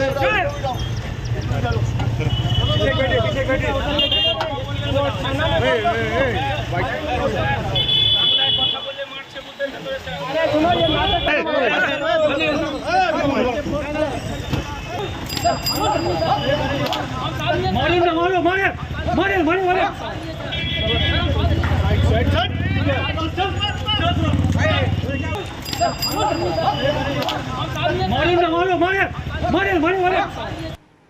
ভোট উৎসবের বড় ছবি এই মুহূর্তে সামনে আমরা পেলাম, বড় অভিযোগও সামনে আসলো এবং এই লাঠিচার্জ এবং আটকের ছবি।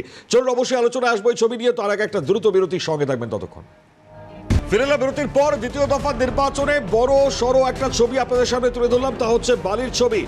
বালিতে যেভাবে আটক করলো কেন্দ্রীয় বাহিনী ভোটারদের, ইভিএম মেশিন খারাপের অভিযোগ সামনে আসবার পর সেখানে জটলা, সেটাকে হটিয়ে দিয়ে চ্যাংদোলা করে তাদেরকে বাইরে বার করা। তবে ভোটারদের এই অভিযোগ, বড় এক অভিযোগ সামনে তারা নিয়ে এসেছিলেন, কিন্তু কেন্দ্রীয় বাহিনী অ্যাক্টিভ, এই অ্যাক্টিভিটি কেন্দ্রীয় বাহিনীর সেটা প্রশংসাযোগ্য হতে পারে, সমালোচনাযোগ্য হতে পারে। কে কি বলবেন প্যানেলিস্টরা বলবেন অবশ্যই আমাদেরকে। তবে আরও একবার ছবিটা আপনাদের সামনে তুলে ধরছি। আমি রাজদীপের কাছে আসি। রাজদীপ, এই ছবিটা আমরা দেখলাম, প্রশ্ন হচ্ছে ভোটাররা অভিযোগ করবেনই যে ইভিএম মেশিন খারাপ, দীর্ঘক্ষণ কেন লাইনে দাঁড়িয়ে থাকতে হবে। কেন্দ্রীয় বাহিনীর যে ভূমিকা, তারা বারবার বলেছে যে কোনো রকম ঝামেলা বরদাস্ত করব না। আমরা অ্যাক্টিভিটি দেখতে পাচ্ছি, কি মনে হয় আপনার? ওখানে চোখ রাখলে দেখা যাবে প্রচুর ভোটার লাইনে দাঁড়িয়ে আছে, আশা করছি তারা ভোটও দিচ্ছে। দুজন ব্যক্তিকে তোলা হলো, অ্যারেস্ট করা হলো। তার মধ্যে একটি মুখ খুব পরিচিত মুখ, আমি চাইলে এক্ষুনি ফেসবুকে দেখাতে পারি। উনি তৃণমূল কংগ্রেস করেন, উনি সাধারণ ভোটার নয়। ওনাকে তোলা হয়েছে, উনি হয়তো কিছুটা কারচুপি করতে গেছিল। একটু পরে দেখবেন সিআরপিএফ বাদ দিয়ে মানুষ মারবে। এরা যে জিনিসগুলো করছে, মানুষকে চমকানোর চেষ্টা করছে। একটু আগে দেখলাম আরাবুল ইসলাম এসে বলল যে আমাদেরকে উল্টোপাল্টা অসুবিধা করা হচ্ছে, এই করা হচ্ছে, ওই করা হচ্ছে। কিন্তু যখন ভোটারের কাছে বুম নিয়ে যাওয়া হলো, তখন ভোটাররা বলছে আমাদের কোনো প্রবলেম নেই। মানে টিএমসিকে মাইলেজ দেওয়া। কীভাবে মাইলেজ দেওয়া? মানুষকে ভয় দেখানো, আপনারা ভোট দিতে বেরোবেন না, বাইরে ঝামেলা হচ্ছে, সাংবাদিকতা মানে টিভির মাধ্যমে লোককে জানানো। কিন্তু অভিষেক তো বলছেন যে ধমকানো চমকানো হচ্ছে তৃণমূল কংগ্রেসের যারা রয়েছেন তাদেরকে। আমরা অভিষেকের কাউকে কোনো ধমকানো চমকানো হয়নি।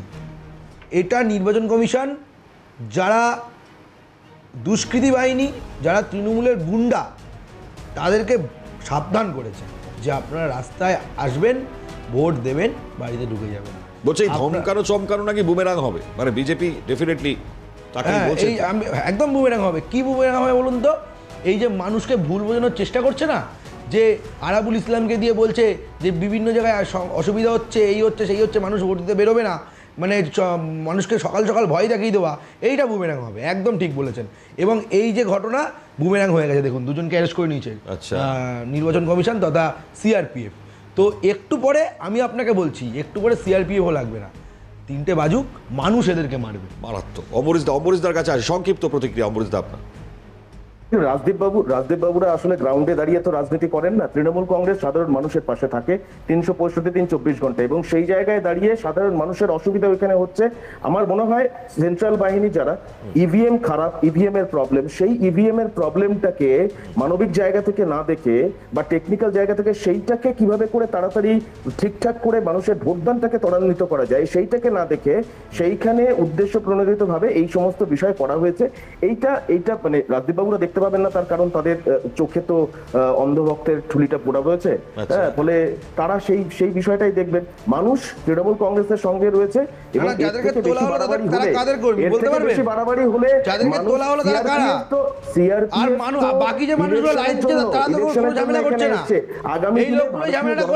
আপনাদের মতো যে সমস্ত রয়েছে, বাংলার মানুষ আগামী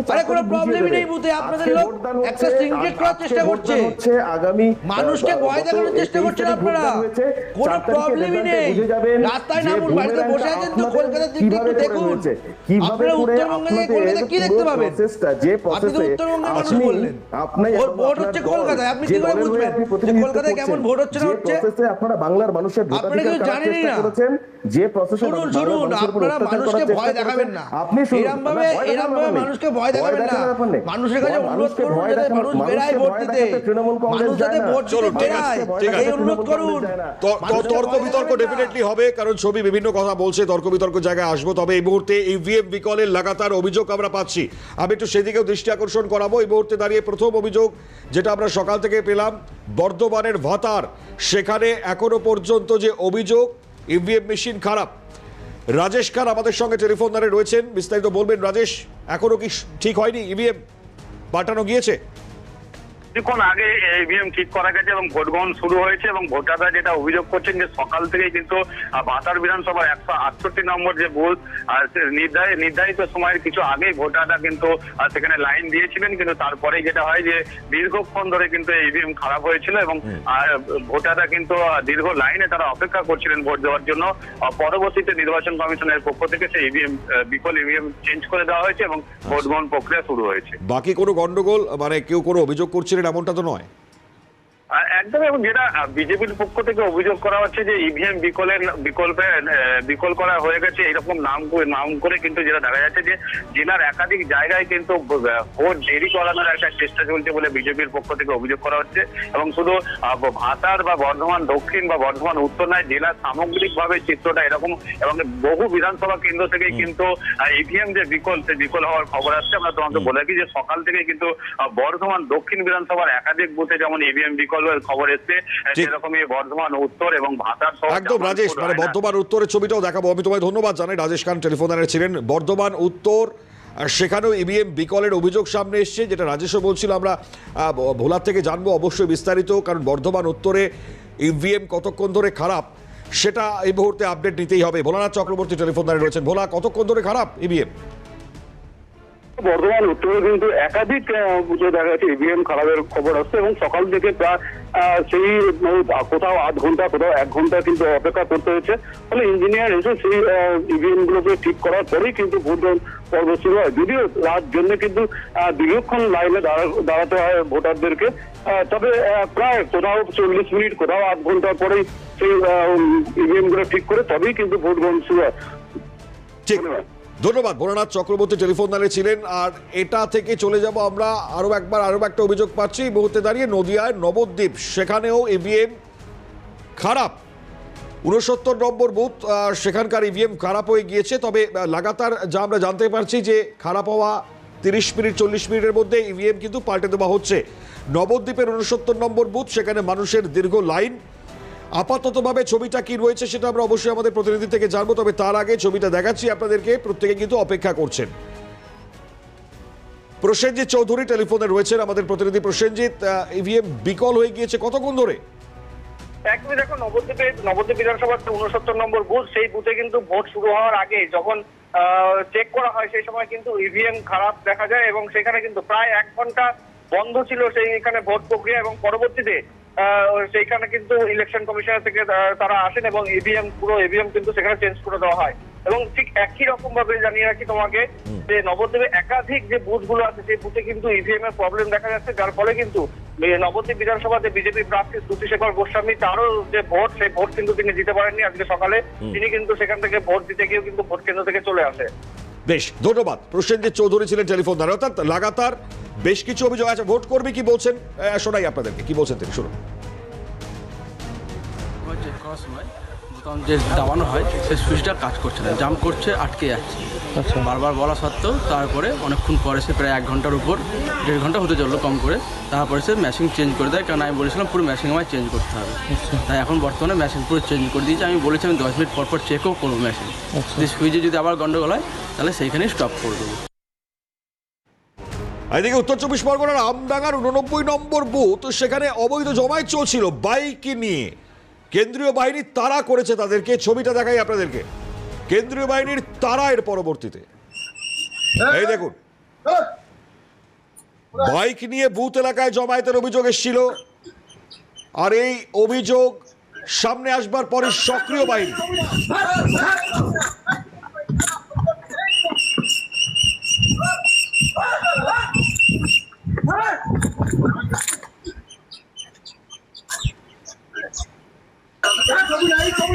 বড়সড় অ্যাক্টিভিটি কেন্দ্রীয় বাহিনীর। আমরা অপু শিলার থেকে জানবো বিস্তারিত আমাদের প্রতিনিধির থেকে। অপু, কি ছবি জানাও?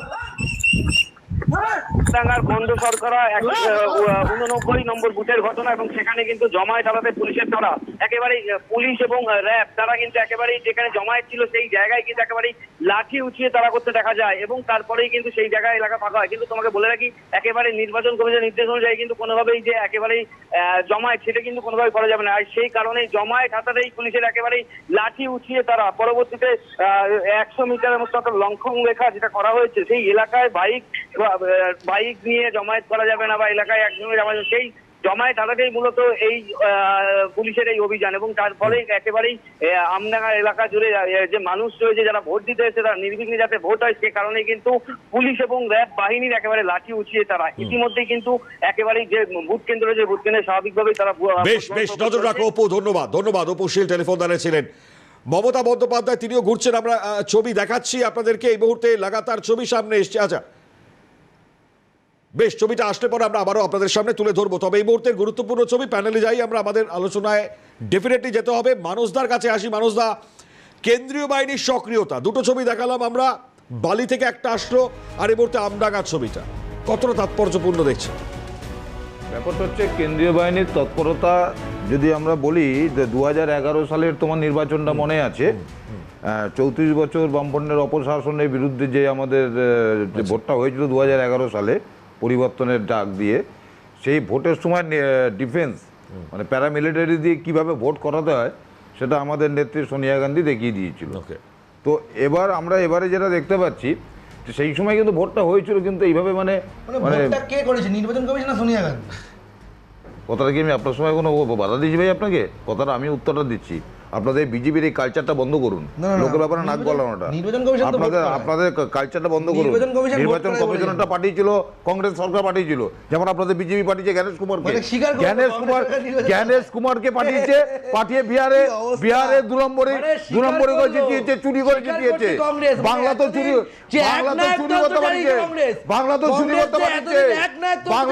করতে পাঠিয়েছে, আপনারা জ্ঞানেশ কুমারকে স্বীকার করছে, জ্ঞানেশ কুমারকে পাঠিয়েছে। বলে দিচ্ছি আপনাকে, যেদিন সরকার পড়ে যাবে সেদিনকে আপনার জ্ঞানেশ কুমার নরেন্দ্র মোদীর জন্য দেখবেন কেউ আটকাতে পারবে না। তাদের নেতৃত্বের আচ্ছা ভাই, যেটা বলছিলাম মণিময়, ঠিক আছে না আমি যেটা বলছিলাম না, বলা আমার হয়নি, প্রথম বলছি চ্যানেলে আমরা তখনই আসবো, নাহলে আমরা চ্যানেল বয়কট করে দেবো।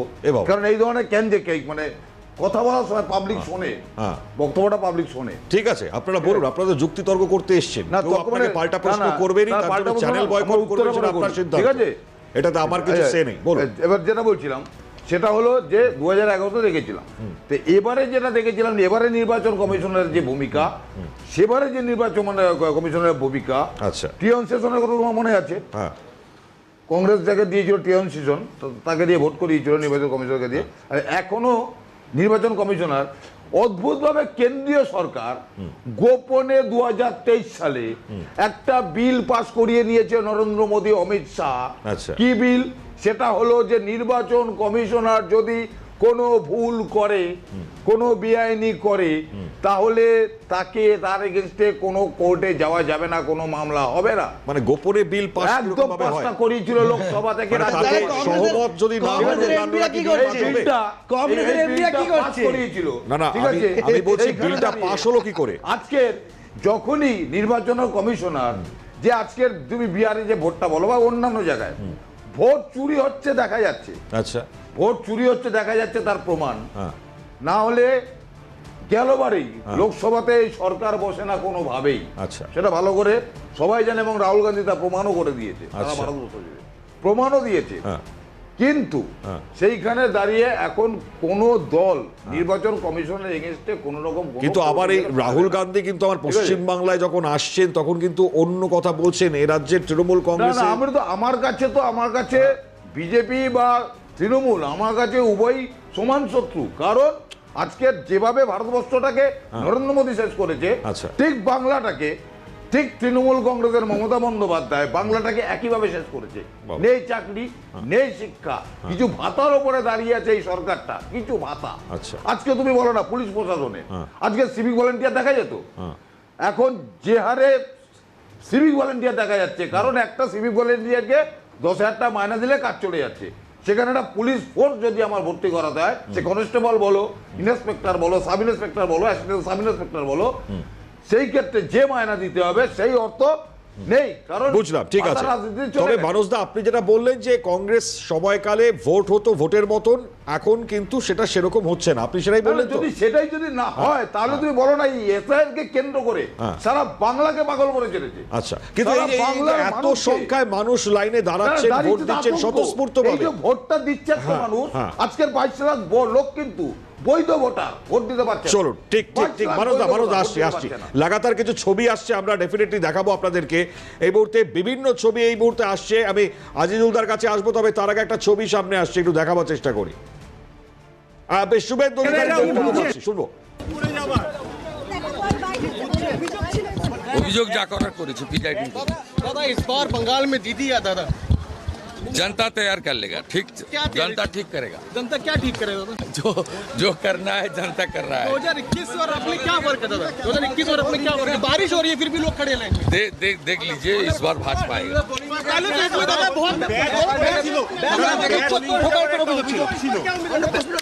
দলীয় ব্যাচ পরে বুথ চত্বরে ঢুকছে।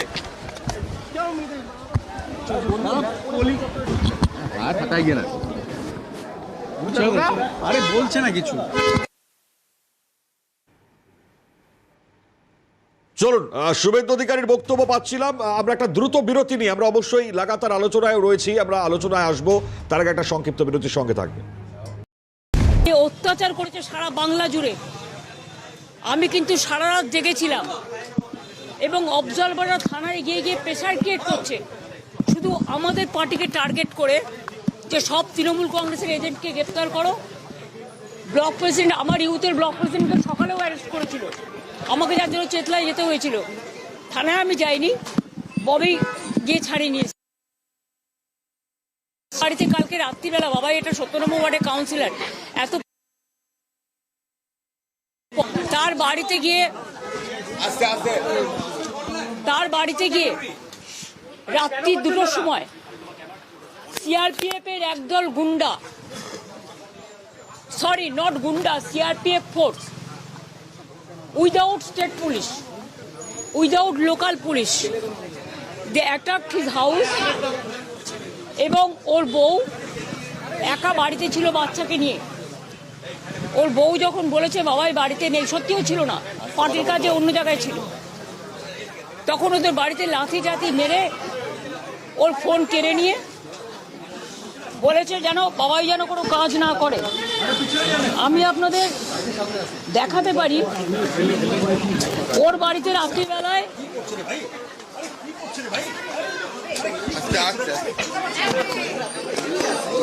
ভাই এ নয় কটা দরকার, একটা হলেই তো হবে। এ নাই একটা দাও না, কতগুলো? তুমি তো সবচেয়ে উল্টো পাল্টা করো।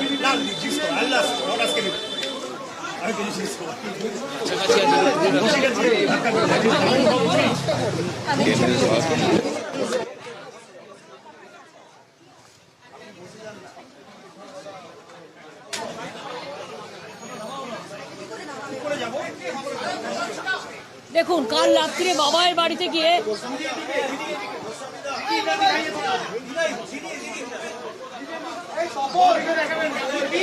আরে গলাটা শুনবে কি করে তোমরা এত কথা বললে? দেখুন, বাবার বাড়িতে গিয়ে দেখুন কি করছে রাত্রি 1:30টায়। ওর বউ ছিল, মোবাইল টোবাইল স্ন্যাচ করে নিয়েছে। এবার আপনাদের আমি একটা ছবি দেখাবো, দেখুন।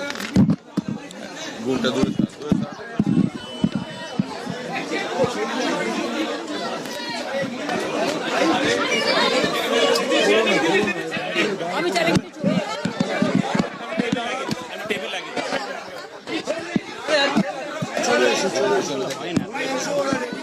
আমি একটা রেডি করে দিচ্ছি। এই দেখুন ছবি, দেখুন একটা ছেলেকে দেখুন ভাঙড়ে, জাস্ট সি দ্য অ্যাট্রসিটি ভাঙড়ে, দেখুন অ্যাট্রসিটিস দেখুন, চোখে দেখতে পাচ্ছেন, এইভাবে পুলিশ মেরেছে। ওসি ভাঙড়ের এবং OC is responsible for this, এইভাবে অত্যাচার করেছে। এরপরেও মানুষ ওদের ভোট দেবে?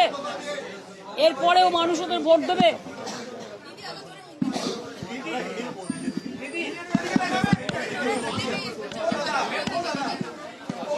देखिए कैसे हमारा वर्कर को पिटाया रात में। Officer in charge Vijayganj police station Bhangar, just देखिए जो atrocities, can you see it? देखिए देखिए, एक क्या गुंडाराज चल रहा है, देश को बेच दिया। ऐसे वोट कभी होता है? ऐसे कभी वोट नहीं होता है। वोट शांति से होता है, लोकतंत्र डेमोक्रेसी का फेस्टिवल होता है। लेकिन ये तो लोकतंत्र को पूरा बालोटा बजा दिया, पूरा इसको एट्रोसिटीज कर दिया। Intention is very clear that BJP wants that forcefully to rig the election. But our workers and people are ready to die, but they will not leave the place.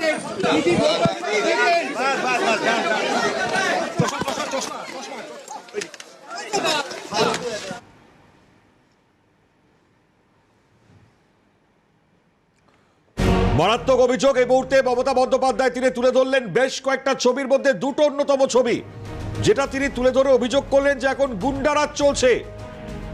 আগে ভোট হতো অনেক শান্তিতে, কিন্তু এখন যেভাবে অত্যাচার করা হয়েছে, গতকাল রাতের দুটো ছবি তিনি তুলে ধরেছেন। একদিকে হুমকি দেওয়া হচ্ছে, তুলে নিয়ে যাওয়া হচ্ছে, কি চলছে এগুলো? এই প্রশ্নের জায়গা বড় প্রশ্ন। আমি খুব স্বাভাবিকভাবে আমি রাজনৈতিক তাৎপর্য আজিজুল তার থেকে একটু জানবার চেষ্টা করি। আজিজুল দা, আগের ভোট হতো শান্তিপূর্ণ, কিন্তু এখন গুন্ডারাজ চলছে, স্পষ্ট বলছেন মমতা বন্দ্যোপাধ্যায়। না, আমি একটা পরিসংখ্যান এক্ষুনি বলছিলাম, অফলাইনে বলছিলাম, সেটা হচ্ছে দেখো এবার মানে দুটো পেজে ভোট হচ্ছে, সেই সঙ্গে সঙ্গে নিশ্ছিদ্র নিরাপত্তাকে সুনিশ্চিত করার জন্য অভাবনীয় পদক্ষেপ গ্রহণ করা হয়েছে এবং সেটা তৃণমূলের পক্ষ থেকে অভিযোগ আসছে বটে, কিন্তু আমি জাস্ট পরিসংখ্যানটা বলি। সেটা হচ্ছে 2026 এশার পরবর্তী বাংলার ভোট পরিচালনা করতে 2.5 লাখ, 2.5 লক্ষ আধা সামরিক বাহিনী। আর খুব মজার ব্যাপার হচ্ছে লোকসভা 2024 গোটা দেশে ভোট পরিচালনার জন্য 3.4 লাখ, অর্থাৎ 3.5 লক্ষও না, অর্থাৎ গোটা দেশের 543টি লোকসভা আসনের জন্য 3.4 লাখ আধা সামরিক বাহিনীকে ডিপ্লয় করতে হয়েছিল। শুধুমাত্র পশ্চিমবাংলায় 42টি লোকসভা, 294টি বিধানসভা, দুটো ফেজে ভোট হচ্ছে, তার জন্য 2.5 লক্ষ ফৌজ, 2.5 লক্ষ আধা সামরিক বাহিনীকে করতে হচ্ছে। অর্থাৎ নির্বাচন কমিশন নিশ্চিদ্র করছে বটে, কিন্তু কোথাও না কোথাও জোর জুলুম করছে, যে অভিযোগ শাসক দলের পক্ষ থেকে, এই রাজ্যের শাসক দলের পক্ষ থেকে করা হচ্ছে, সেইগুলো কিন্তু একটা বিবেচনার জায়গায় রাখা উচিত।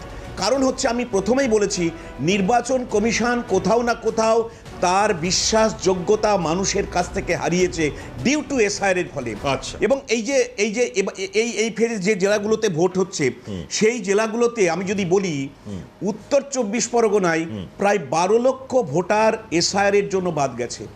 দক্ষিণ 24 পরগনায় আমি একটা বিরতি আমাকে নিতে হবে, যেহেতু আমি আপনার এই পরিসংখ্যানের জায়গা খুব গুরুত্বপূর্ণ, আমি আসবো আপনার সঙ্গে আলোচনা করব। সঙ্গে থাকুন, ততক্ষণ লাগাতার পরিস্থিতি সামনে আসছে, নজর রাখুন।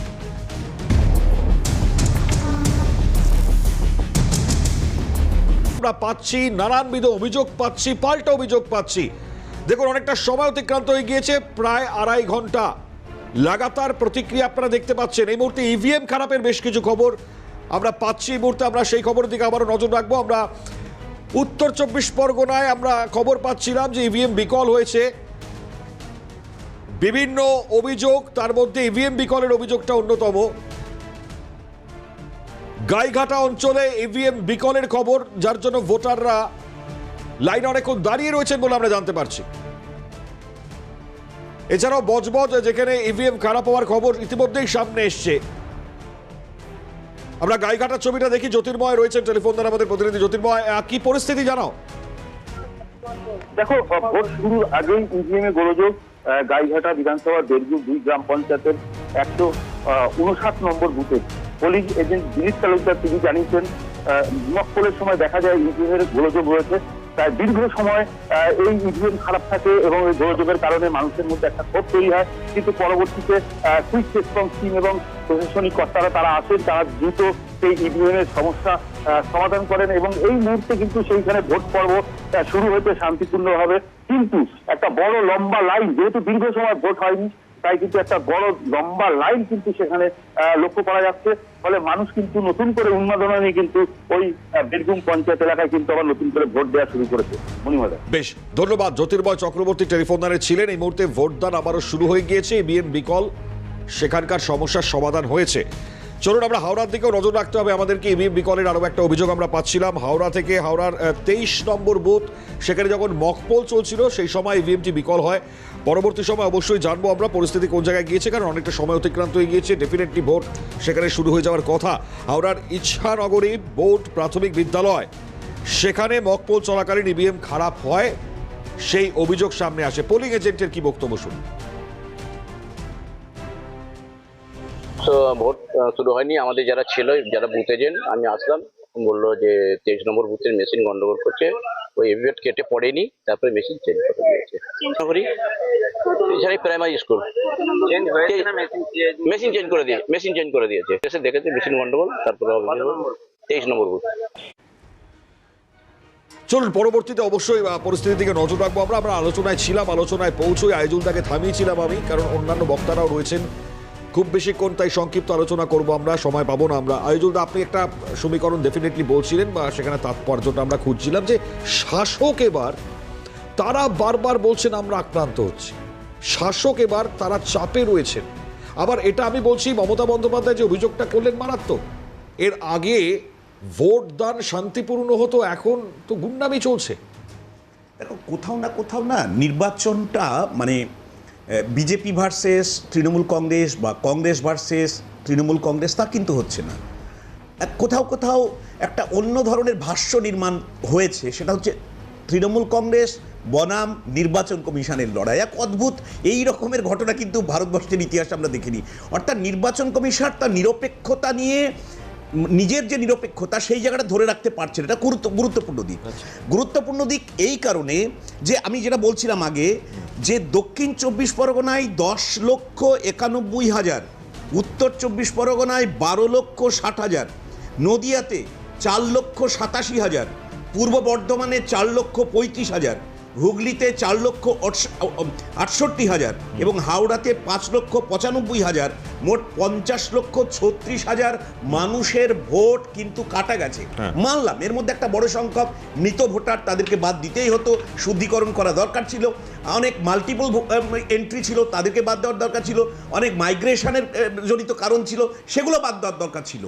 কিন্তু মানে যথাযথ প্রমাণপত্র, কাগজপত্র দেখানোর পরও 2002-এর এসআইআরের সঙ্গে তার ম্যাপিং হওয়ার পরেও আন্ডার অ্যাডজুডিকেশনে এনে ন্যায্য ভোটারের ভোটাধিকারকে কেড়ে নিয়ে এবারের ভোটে তাকে ভোট দেওয়া থেকে বাধ্য করা, এটা হচ্ছে গণতন্ত্রে একটা তাহলে আজিজুলদা আপনি ট্রাইব্যুনালে প্রশ্ন করছেন, তাই তো? নির্বাচন না, আমি আজিজুলদা বলছি, আমি ট্রাইব্যুনালে তাহলে আপনি প্রশ্ন রাখছেন। ট্রাইব্যুনাল যেহেতু গঠন করা হয়েছিল, সুপ্রিম কোর্টের উপর প্রশ্ন, সুপ্রিম কোর্টের উপর প্রশ্ন তুলছেন। সুপ্রিম কোর্টে আমি প্রশ্ন করছি না, তাহলে কি প্রশ্ন? এই কারণে আন্ডার অ্যাডজুডিকেশনে যাদের নাম এসেছিল সেইটা কে করেছিল? এই যে 91 লক্ষের নাম যেটা বাদ, সেটা কে নির্বাচন কমিশন করেছিল। তারপরে মমতা বন্দ্যোপাধ্যায় সুপ্রিম কোর্টে গেছে, বিভিন্ন বিরোধী দলের, কংগ্রেস থেকে শুরু করে সিপিএম বা অন্যান্য বিরোধী দলের পক্ষ থেকে আইনজীবীরা সুপ্রিম কোর্টে লড়াই করেছেন।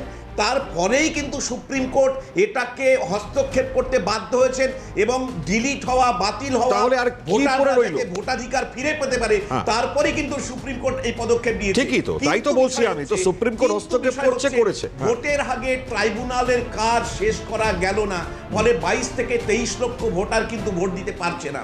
এটা কিন্তু লজ্জা গণতন্ত্রের ক্ষেত্রে। চলুন, ওকে, এটা লজ্জা। অম্বরীশদার কাছে আসবার আগে আমি একটু রাজদীপের থেকে প্রতিক্রিয়া নিই। লজ্জা ডেফিনেটলি এই জায়গায় যেটা বলছেন আজিজুল দা, লজ্জা এটাও যে শাসক এবার আক্রান্ত হচ্ছে, বারবার অভিযোগ করছেন, এটা কি হচ্ছে? না শুনুন, এই যে মুখ্যমন্ত্রী বলছে না আমি রাত্রে ঘুমাইনি, মানুষের থেকে সিম্পেথি নেওয়ার চেষ্টা করছে, 4 তারিখের পর পুরো ছুটি, সারাদিন ঘুমাবেন, এই হচ্ছে প্রথম বিষয়। দ্বিতীয় বিষয় হচ্ছে এসআইআর নিয়ে যে এত কথা হচ্ছে, আমি একটা কথা বলতে চাই যে এই ট্রাইব্যুনাল যেটা তৈরি হলো, এইটা এত লেট প্রসেস হলো কেন? শুধুমাত্র একমাত্র মুখ্যমন্ত্রী মমতা বন্দ্যোপাধ্যায়ের জন্য। আজকে যে লোকগুলো এত ভোগান্তির মধ্যে পড়ছে সেটা শুধুমাত্র মুখ্যমন্ত্রী মমতা বন্দ্যোপাধ্যায়ের জন্য। তার কারণ যখন তার থেকে ফার্স্ট ক্লাস অফিসার চাওয়া হয়েছিল সে কিন্তু দেয়নি, সে তার মধ্যে জল মিশিয়ে অফিসারের নাম ঢুকিয়েছিল। তাহলে সেটা কেন করা হয়েছিল মানুষ প্রশ্ন করছে। এবং একটা কথা বলতে চাইছি, সেটা হচ্ছে মুখ্যমন্ত্রী এই যে কথাগুলো বলছে না যে এতদিন পর্যন্ত ঠিকঠাক ভোট হতো, এখন গুন্ডারাজ চলছে, এগুলো সবই বাহানা। মুখ্যমন্ত্রী কান্নাকাটি শুরু করেছে, 4 তারিখ দেখবেন আরও কাঁদবে, আরও কাঁদবে। বাংলার মানুষকে এতদিন কাঁদিয়েছে, এইবারের ভোট দাদা বলছিলেন যে কোনো পার্টির সাথে পার্টির হচ্ছে না, একদম ঠিক। এইবারের ভোট হচ্ছে জনতা বনাম মমতা, জনতা মমতার বিরুদ্ধে ভোট দিচ্ছে, তাই জন্য 4 তারিখ মুখ্যমন্ত্রী আরও কাঁদবে। 4 তারিখ 5টার পরে ক্যামেরাটা নিয়ে যাবেন, দেখবেন মুখ্যমন্ত্রী কথা বলার অবস্থায় থাকবেন। আচ্ছা, আইজুল দা কিছু বলতে চাইছেন, বলুন, আমি তারপরে মরিসদার কাছে আসবো। ক্ষমতায় কে আসবে সেটা আজকে 6টার পরে ভোট হবে, তারপরে নানান রকমের হিসেব কষা শুরু হবে। আমি একটা জিনিস, বিগত 50 বছরে বাংলার রাজনীতিতে যে ক্ষমতা বদল দুবার হয়েছে, একটা হচ্ছে 1977 সাল আর একটা হচ্ছে 2011 সাল। এবং এই 1977 থেকে 2011 সালে রাজনৈতিক পালাবদল হতে গেলে যে প্রেক্ষাপট হওয়া দরকার, আমি এখনো পর্যন্ত, সেটা পরে বলবো, 6টার পরে, এখন বলা উচিত না, 2026-এ কিন্তু সেই ব্যাকগ্রাউন্ড এখনো পর্যন্ত আমি অন্ততপক্ষে দেখতে পাচ্ছি না। কিন্তু এটা দেখতে পাচ্ছি মানুষ ভোট দিচ্ছে, কিন্তু তার মানে এই নয় 2021 সালে ভোট দেয়নি। আমি কিছু তথ্য বলি। তেহট্ট আজকে ভোট হচ্ছে 86.88, মানে 87% মানুষ ভোট দিয়েছিল। কৃষ্ণনগর দক্ষিণ 87% মানুষ ভোট দিয়েছিল। অর্থাৎ আজকে নদিয়া, পূর্ব বর্ধমান, যে কৃষিভিত্তিক রুরাল আসনগুলো আছে, সেগুলোতে 85 থেকে 88% মধ্যে ভোট, মানে এই 7টি বিধানসভায় আপনি বলুন ওভারঅল ভোট কত পড়েছিল মোটামুটি ভাবে? আমি যেটা বলছি সেটা হচ্ছে যে এই আসলে কি হয়, নির্বাচনে কিছু প্যাটার্ন থাকে। আরবান সিটগুলোতে দেখবে কলকাতা শহরতলি আসনগুলোতে অপেক্ষাকৃত ভোটদানের হার কম হয়, এবং রুরাল সিট, সেমি আরবান যে সিটগুলো, সেমি রুরাল বা সেমি আরবান সিটগুলো, তবে এবার শহরতলিতে যে আন্দোলন আমরা দেখেছি সেটার কি এফেক্ট পড়বে না এবার? আচ্ছা, রাজদীপ হাত তুলছেন, আসছি আমি, বলুন। ব্যাপারটা হচ্ছে দাদা বলছেন ভোট পড়ছে, আগের বারও ভোট পড়েছিল, একদম ঠিক বলেছেন। আগের বার যেসব মৃত ভোটারের ভোট তৃণমূল কংগ্রেস ছাপ্পা মেরেছিল, আগের বার যে বাংলাদেশিরা ভোট দিয়েছিল, শুধু এইবার তাদের ভোটটা হচ্ছে না, এইবার হচ্ছে মানে দুধের মধ্যে জল মুক্ত। ওকে, চলুন রাজদীপ, আপনার কাছে আসবো। তবে এই মুহূর্তে বেশ কিছু ছবি সামনে আসছে, সেগুলো দর্শকদের উদ্দেশ্যে জানাই। আমরা শুরুটা করবো অবশ্যই বর্ধমান থেকে আসছে। ভোটারদের বুথ স্লিপ দেখতে বাধা, হ্যাঁ অভিযোগ এমনটাই, ভোটারদের বুথ স্লিপ দেখতে বাধার অভিযোগের তীরে তৃণমূল। বড় অভিযোগ এই মুহূর্তে আসছে। কি অভিযোগ আরো বিস্তারিত জানবো, রাজেশ খান রয়েছে টেলিফোনে। রাজেশ, কি অভিযোগটা ঠিক কি জানো? অভিযোগ হচ্ছে বিজেপির পক্ষ থেকে, যেটা অভিযোগ করা হচ্ছে যে যারা ভোটার তারা যখন ঠিক বুথে যাচ্ছে তার 100 মিটার আগেই কিন্তু তৃণমূলের বুথ ক্যাম্প আছে, এবং সেই বুথ বর্ধমানের কাঞ্চননগর ডিএনডাস হাই স্কুলের ঠিক আগেই এই তৃণমূলের পক্ষ থেকে বুথ ক্যাম্প করা হয়েছে, এবং সেই বুথ ক্যাম্প থেকে কিন্তু যে ভোটাররা ওই পাশ দিয়ে যাচ্ছেন তাদের কিন্তু জোর করে বুথ স্লিপ দেখা হচ্ছে। যদিও তৃণমূলের পক্ষ থেকে অভিযোগ অস্বীকার করা হয়েছে, এবং যেহেতু বিজেপির পক্ষ থেকে অভিযোগ করা হয়েছিল, ইতিমধ্যে কিন্তু সেখানে সেন্ট্রাল বাহিনী গেছে, এবং 2 জন ছাড়া বাকি সমস্ত জমায়েত কিন্তু ওখান থেকে সেন্ট্রাল বাহিনীর পক্ষ থেকে সরিয়ে দেওয়া হয়েছে, এবং স্বাভাবিকভাবেই যে ভোট প্রক্রিয়া, সেই ভোট প্রক্রিয়া আবার পুনরায় শুরু হয়েছে। ঠিক, ধন্যবাদ। রাজেশ খান ছিলেন টেলিফোনে। এবার তৃণমূল দাবি করছে তারা নাকি সাহায্য করছিল ভোটারদের। আর চলুন আরো একবার যে অভিযোগগুলো আসছে তার দিকে নজর রাখি আমরা। পরবর্তী আরো এক অভিযোগ আসছে বর্ধমানের মেমারি, সেখানে আমরা নজর রাখি। বর্ধমানের মেমারিতে অভিযোগ বুথে প্রবেশ করতে দেওয়া হচ্ছে না, বুথে প্রবেশ করতে না দেওয়ার অভিযোগ। কংগ্রেসের থেকে এবার অভিযোগ সামনে আসছে, কংগ্রেস প্রার্থীর যিনি এজেন্ট তাকে ঢুকতে দেওয়ার অভিযোগ, এই মুহূর্তে তাকে ঢুকতে দেওয়া হচ্ছে না বলে সামনে আসছে। কিন্তু অমরনাথ দত্ত রয়েছে টেলিফোনে। অমরনাথ, কারা করছেন এই ধরনের ঘটনা ঘটাচ্ছেন?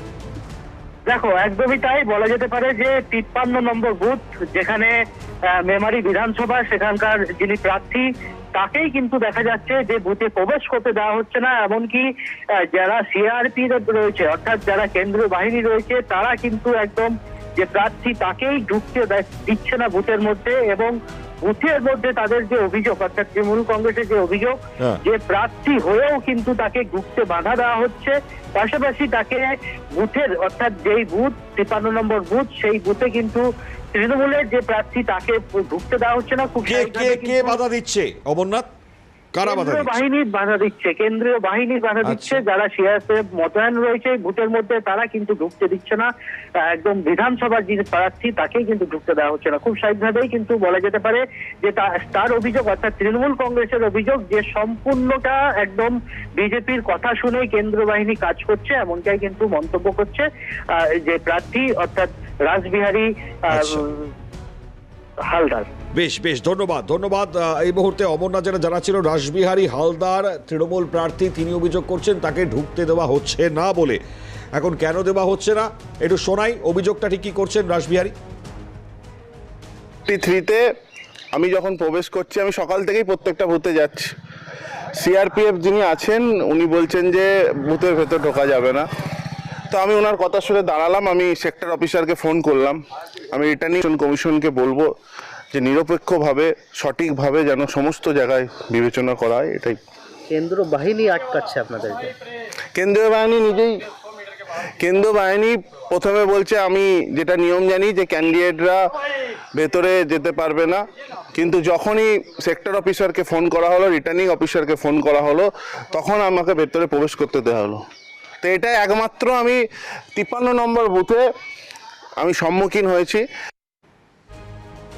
এদিকে পানিহাটির 19 নম্বর ওয়ার্ড, সেখানে আবার বিজেপির যিনি বুথ এজেন্ট তাকে ঢুকতে দেওয়া হচ্ছে না বলে অভিযোগ সামনে আসছে। খুব স্বাভাবিকভাবেই বড় বড় অভিযোগ লাগাতার আসছে। হিমাদ্রি ভট্ট টেলিফোন দ্বারে রয়েছেন আমাদের প্রতিনিধি। হিমাদ্রি, কি অভিযোগ আসছে জানাও। একদম মনিমাদা, খড়দা বিধানসভার অন্তর্গত পানিহাটি পৌরসভার 19 নম্বর ওয়ার্ডের 4টি বুথে বিজেপির এজেন্টকে বসতে না দেওয়ার অভিযোগ এবং পর্যাপ্ত নথি থাকা সত্ত্বেও এই 4টি বুথে বিজেপির এজেন্টকে বসতে দেওয়া হচ্ছে না বলে এমনটাই অভিযোগ করছেন বিজেপির এজেন্টরা। প্রিজাইডিং অফিসারের সঙ্গে বিরুদ্ধে অসুবিধা অভিযোগ করছেন বিজেপির নেতৃত্ব এবং পরবর্তীকালে কথা বলে তাদের সঙ্গে সমস্ত নথিপত্র দেখে পরবর্তীকালে তাদের বসতে দেওয়া হয়। মনিমাদা, ধন্যবাদ। হিমাদ্রি ভট্ট টেলিফোন দ্বারে ছিলেন। কি বলছেন বিজেপির এজেন্ট? বাধা দেওয়া হচ্ছে তাকে, অভিযোগ শোনে। অভিযোগ করছে যে ওখানে আইডেন্টি কার্ড, আমরা তো জানি না, আমাদের আইডেন্টি কার্ড বলে তো কিছু না, অ্যাপয়েন্টমেন্ট লেটার নিয়ে যায় 10 নম্বর ফর্ম। 10 নম্বর ফর্ম আমরা সব জায়গায় দেওয়া আছে, চিফ ইলেকশন এজেন্টের সইগার থাকে। এজেন্টকে বসতে দিচ্ছে না। 105 নম্বর বুথ, 107, 8, 9। আচ্ছা, এটা কি খড়দা বিধানসভা? এটা খড়দা বিধানসভা। আপনারা কি চাইছেন? এজেন্টকে বসতে দিতে হবে না সব জায়গায় যেরকমভাবে।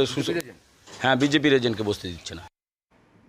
তাহলে কেউ বাদ যাচ্ছে না। তৃণমূল অভিযোগ করেছে, বিজেপি অভিযোগ করেছে, এবার কংগ্রেস অভিযোগ করছে। কংগ্রেস প্রার্থী স্বয়ং তিনি বলছেন, বিধানসভার কংগ্রেস প্রার্থী আশুতোষ চট্টোপাধ্যায় রাসবিহারী বিধানসভা অঞ্চলে সেখানকার যারা রয়েছেন নির্বাচন কমিশন অভিযোগ করছেন তাদের এজেন্টকে ঢুকতে বাধা দেওয়া হচ্ছে। এখন লাগাতার এই অভিযোগ আসছে সামনে। এক্ষেত্রে দাঁড়িয়েও রাসবিহারী বিধানসভার যে ঘটনা, সেখানেও ঠিক একই অভিযোগ। অবশ্যই একই সঙ্গে দাঁড়িয়ে যাদবপুর, সেখান থেকে অভিযোগ সামনে আসছে ভোটারদেরকে ভোটদানে বাধা দেওয়া হচ্ছে বলে আমরা অভিযোগ পাচ্ছি। আমি দুটো খবরই অবশ্যই আপনাদের সামনে তুলে ধরবো, তবে তার আগে গুরুত্ব রাখছে কংগ্রেস প্রার্থীর এজেন্টকে বুথে ঢুকতে বাধা। অভিরূপা রয়েছে টেলিফোনে আমাদের প্রতিনিধি। অভিরূপা, কি বলছেন আশুতোষ চট্টোপাধ্যায়, কি অভিযোগ তার?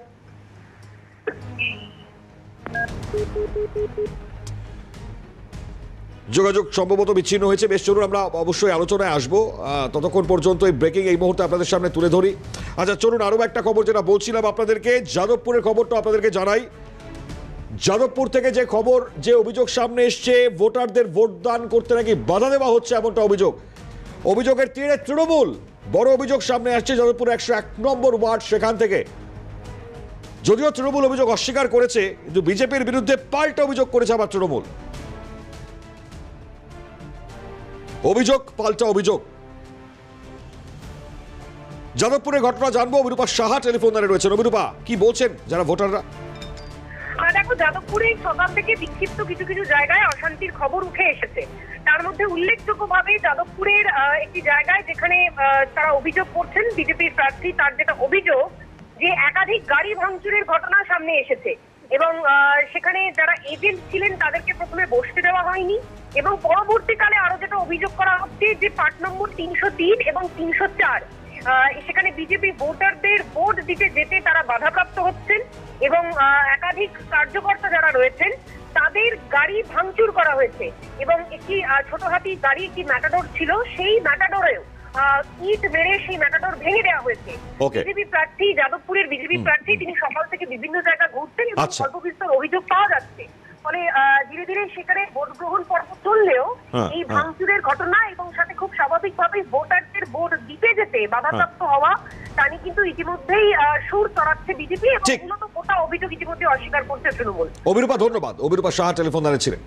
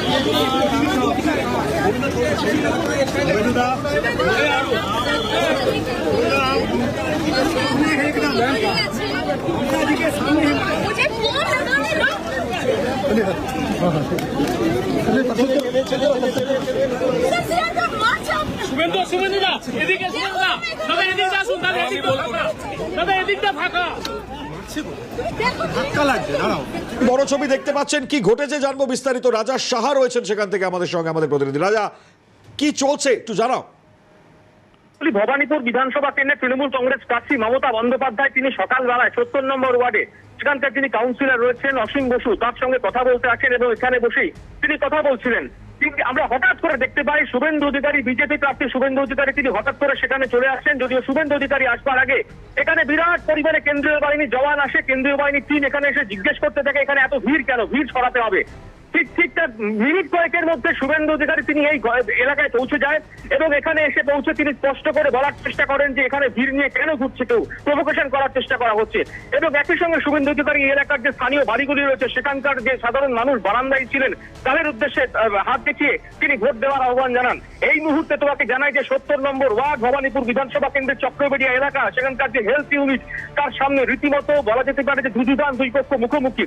শুভেন্দু অধিকারী তিনি এসে পৌঁছন, যদিও তার আগে বলার চেষ্টা করবো যে কেন্দ্রীয় বাহিনীর বিরাট বড় জওয়ান টিম তারা ঠিক এখানে এসে পৌঁছবার পরে তারা সংবাদ মাধ্যমগুলোর উপরে জিজ্ঞেস করতে থাকেন এখানে কেন ভিড় করা হয়েছে। সংবাদ মাধ্যম যখন জানায় সংবাদ মাধ্যম তারা এখানে খবর সংগ্রহ করতে এসছেন, তারা এখানে কাজ করছেন, বলতো তার সঙ্গে সঙ্গে মিনিট কয়েকের মধ্যেই শুভেন্দু অধিকারী বিজেপি প্রার্থী ভবানীপুর বিধানসভা কেন্দ্রের তিনি এখানে পৌঁছে যান এবং তিনি এখানে পৌঁছে রীতিমতো তিনি কার্যত বলেন যে এখানে সঙ্গে থাকো রাজা, সঙ্গে থাকো, ভোট কিজিয়ে, ভোট কিজিয়ে।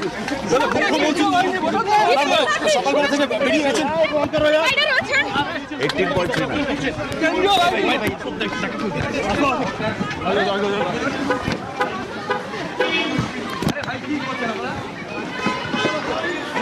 বিজেপি প্রার্থী শুভেন্দু অধিকারী তিনি এখানে এই মুহূর্তে এসছেন, দেখতে পাচ্ছ সেই ছবি।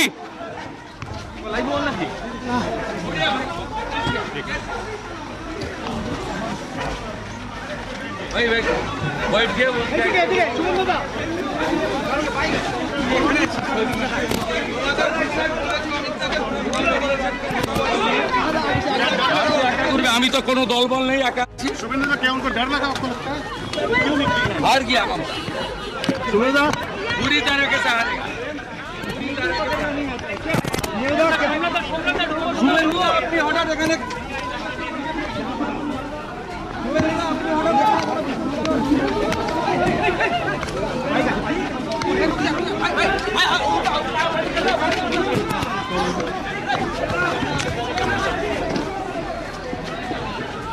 রাজার কাছে আসবো। রাজা, আবারও যেমনটা জানাচ্ছিলে তুমি জানাও।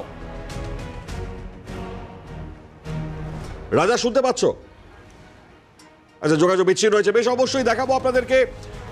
অ্যাটলিস্ট এটা বোঝা যাচ্ছে ভবানীপুরে একদিকে মমতা বন্দ্যোপাধ্যায় এবং তার ঠিক কাছাকাছিতে শুভেন্দু অধিকারী।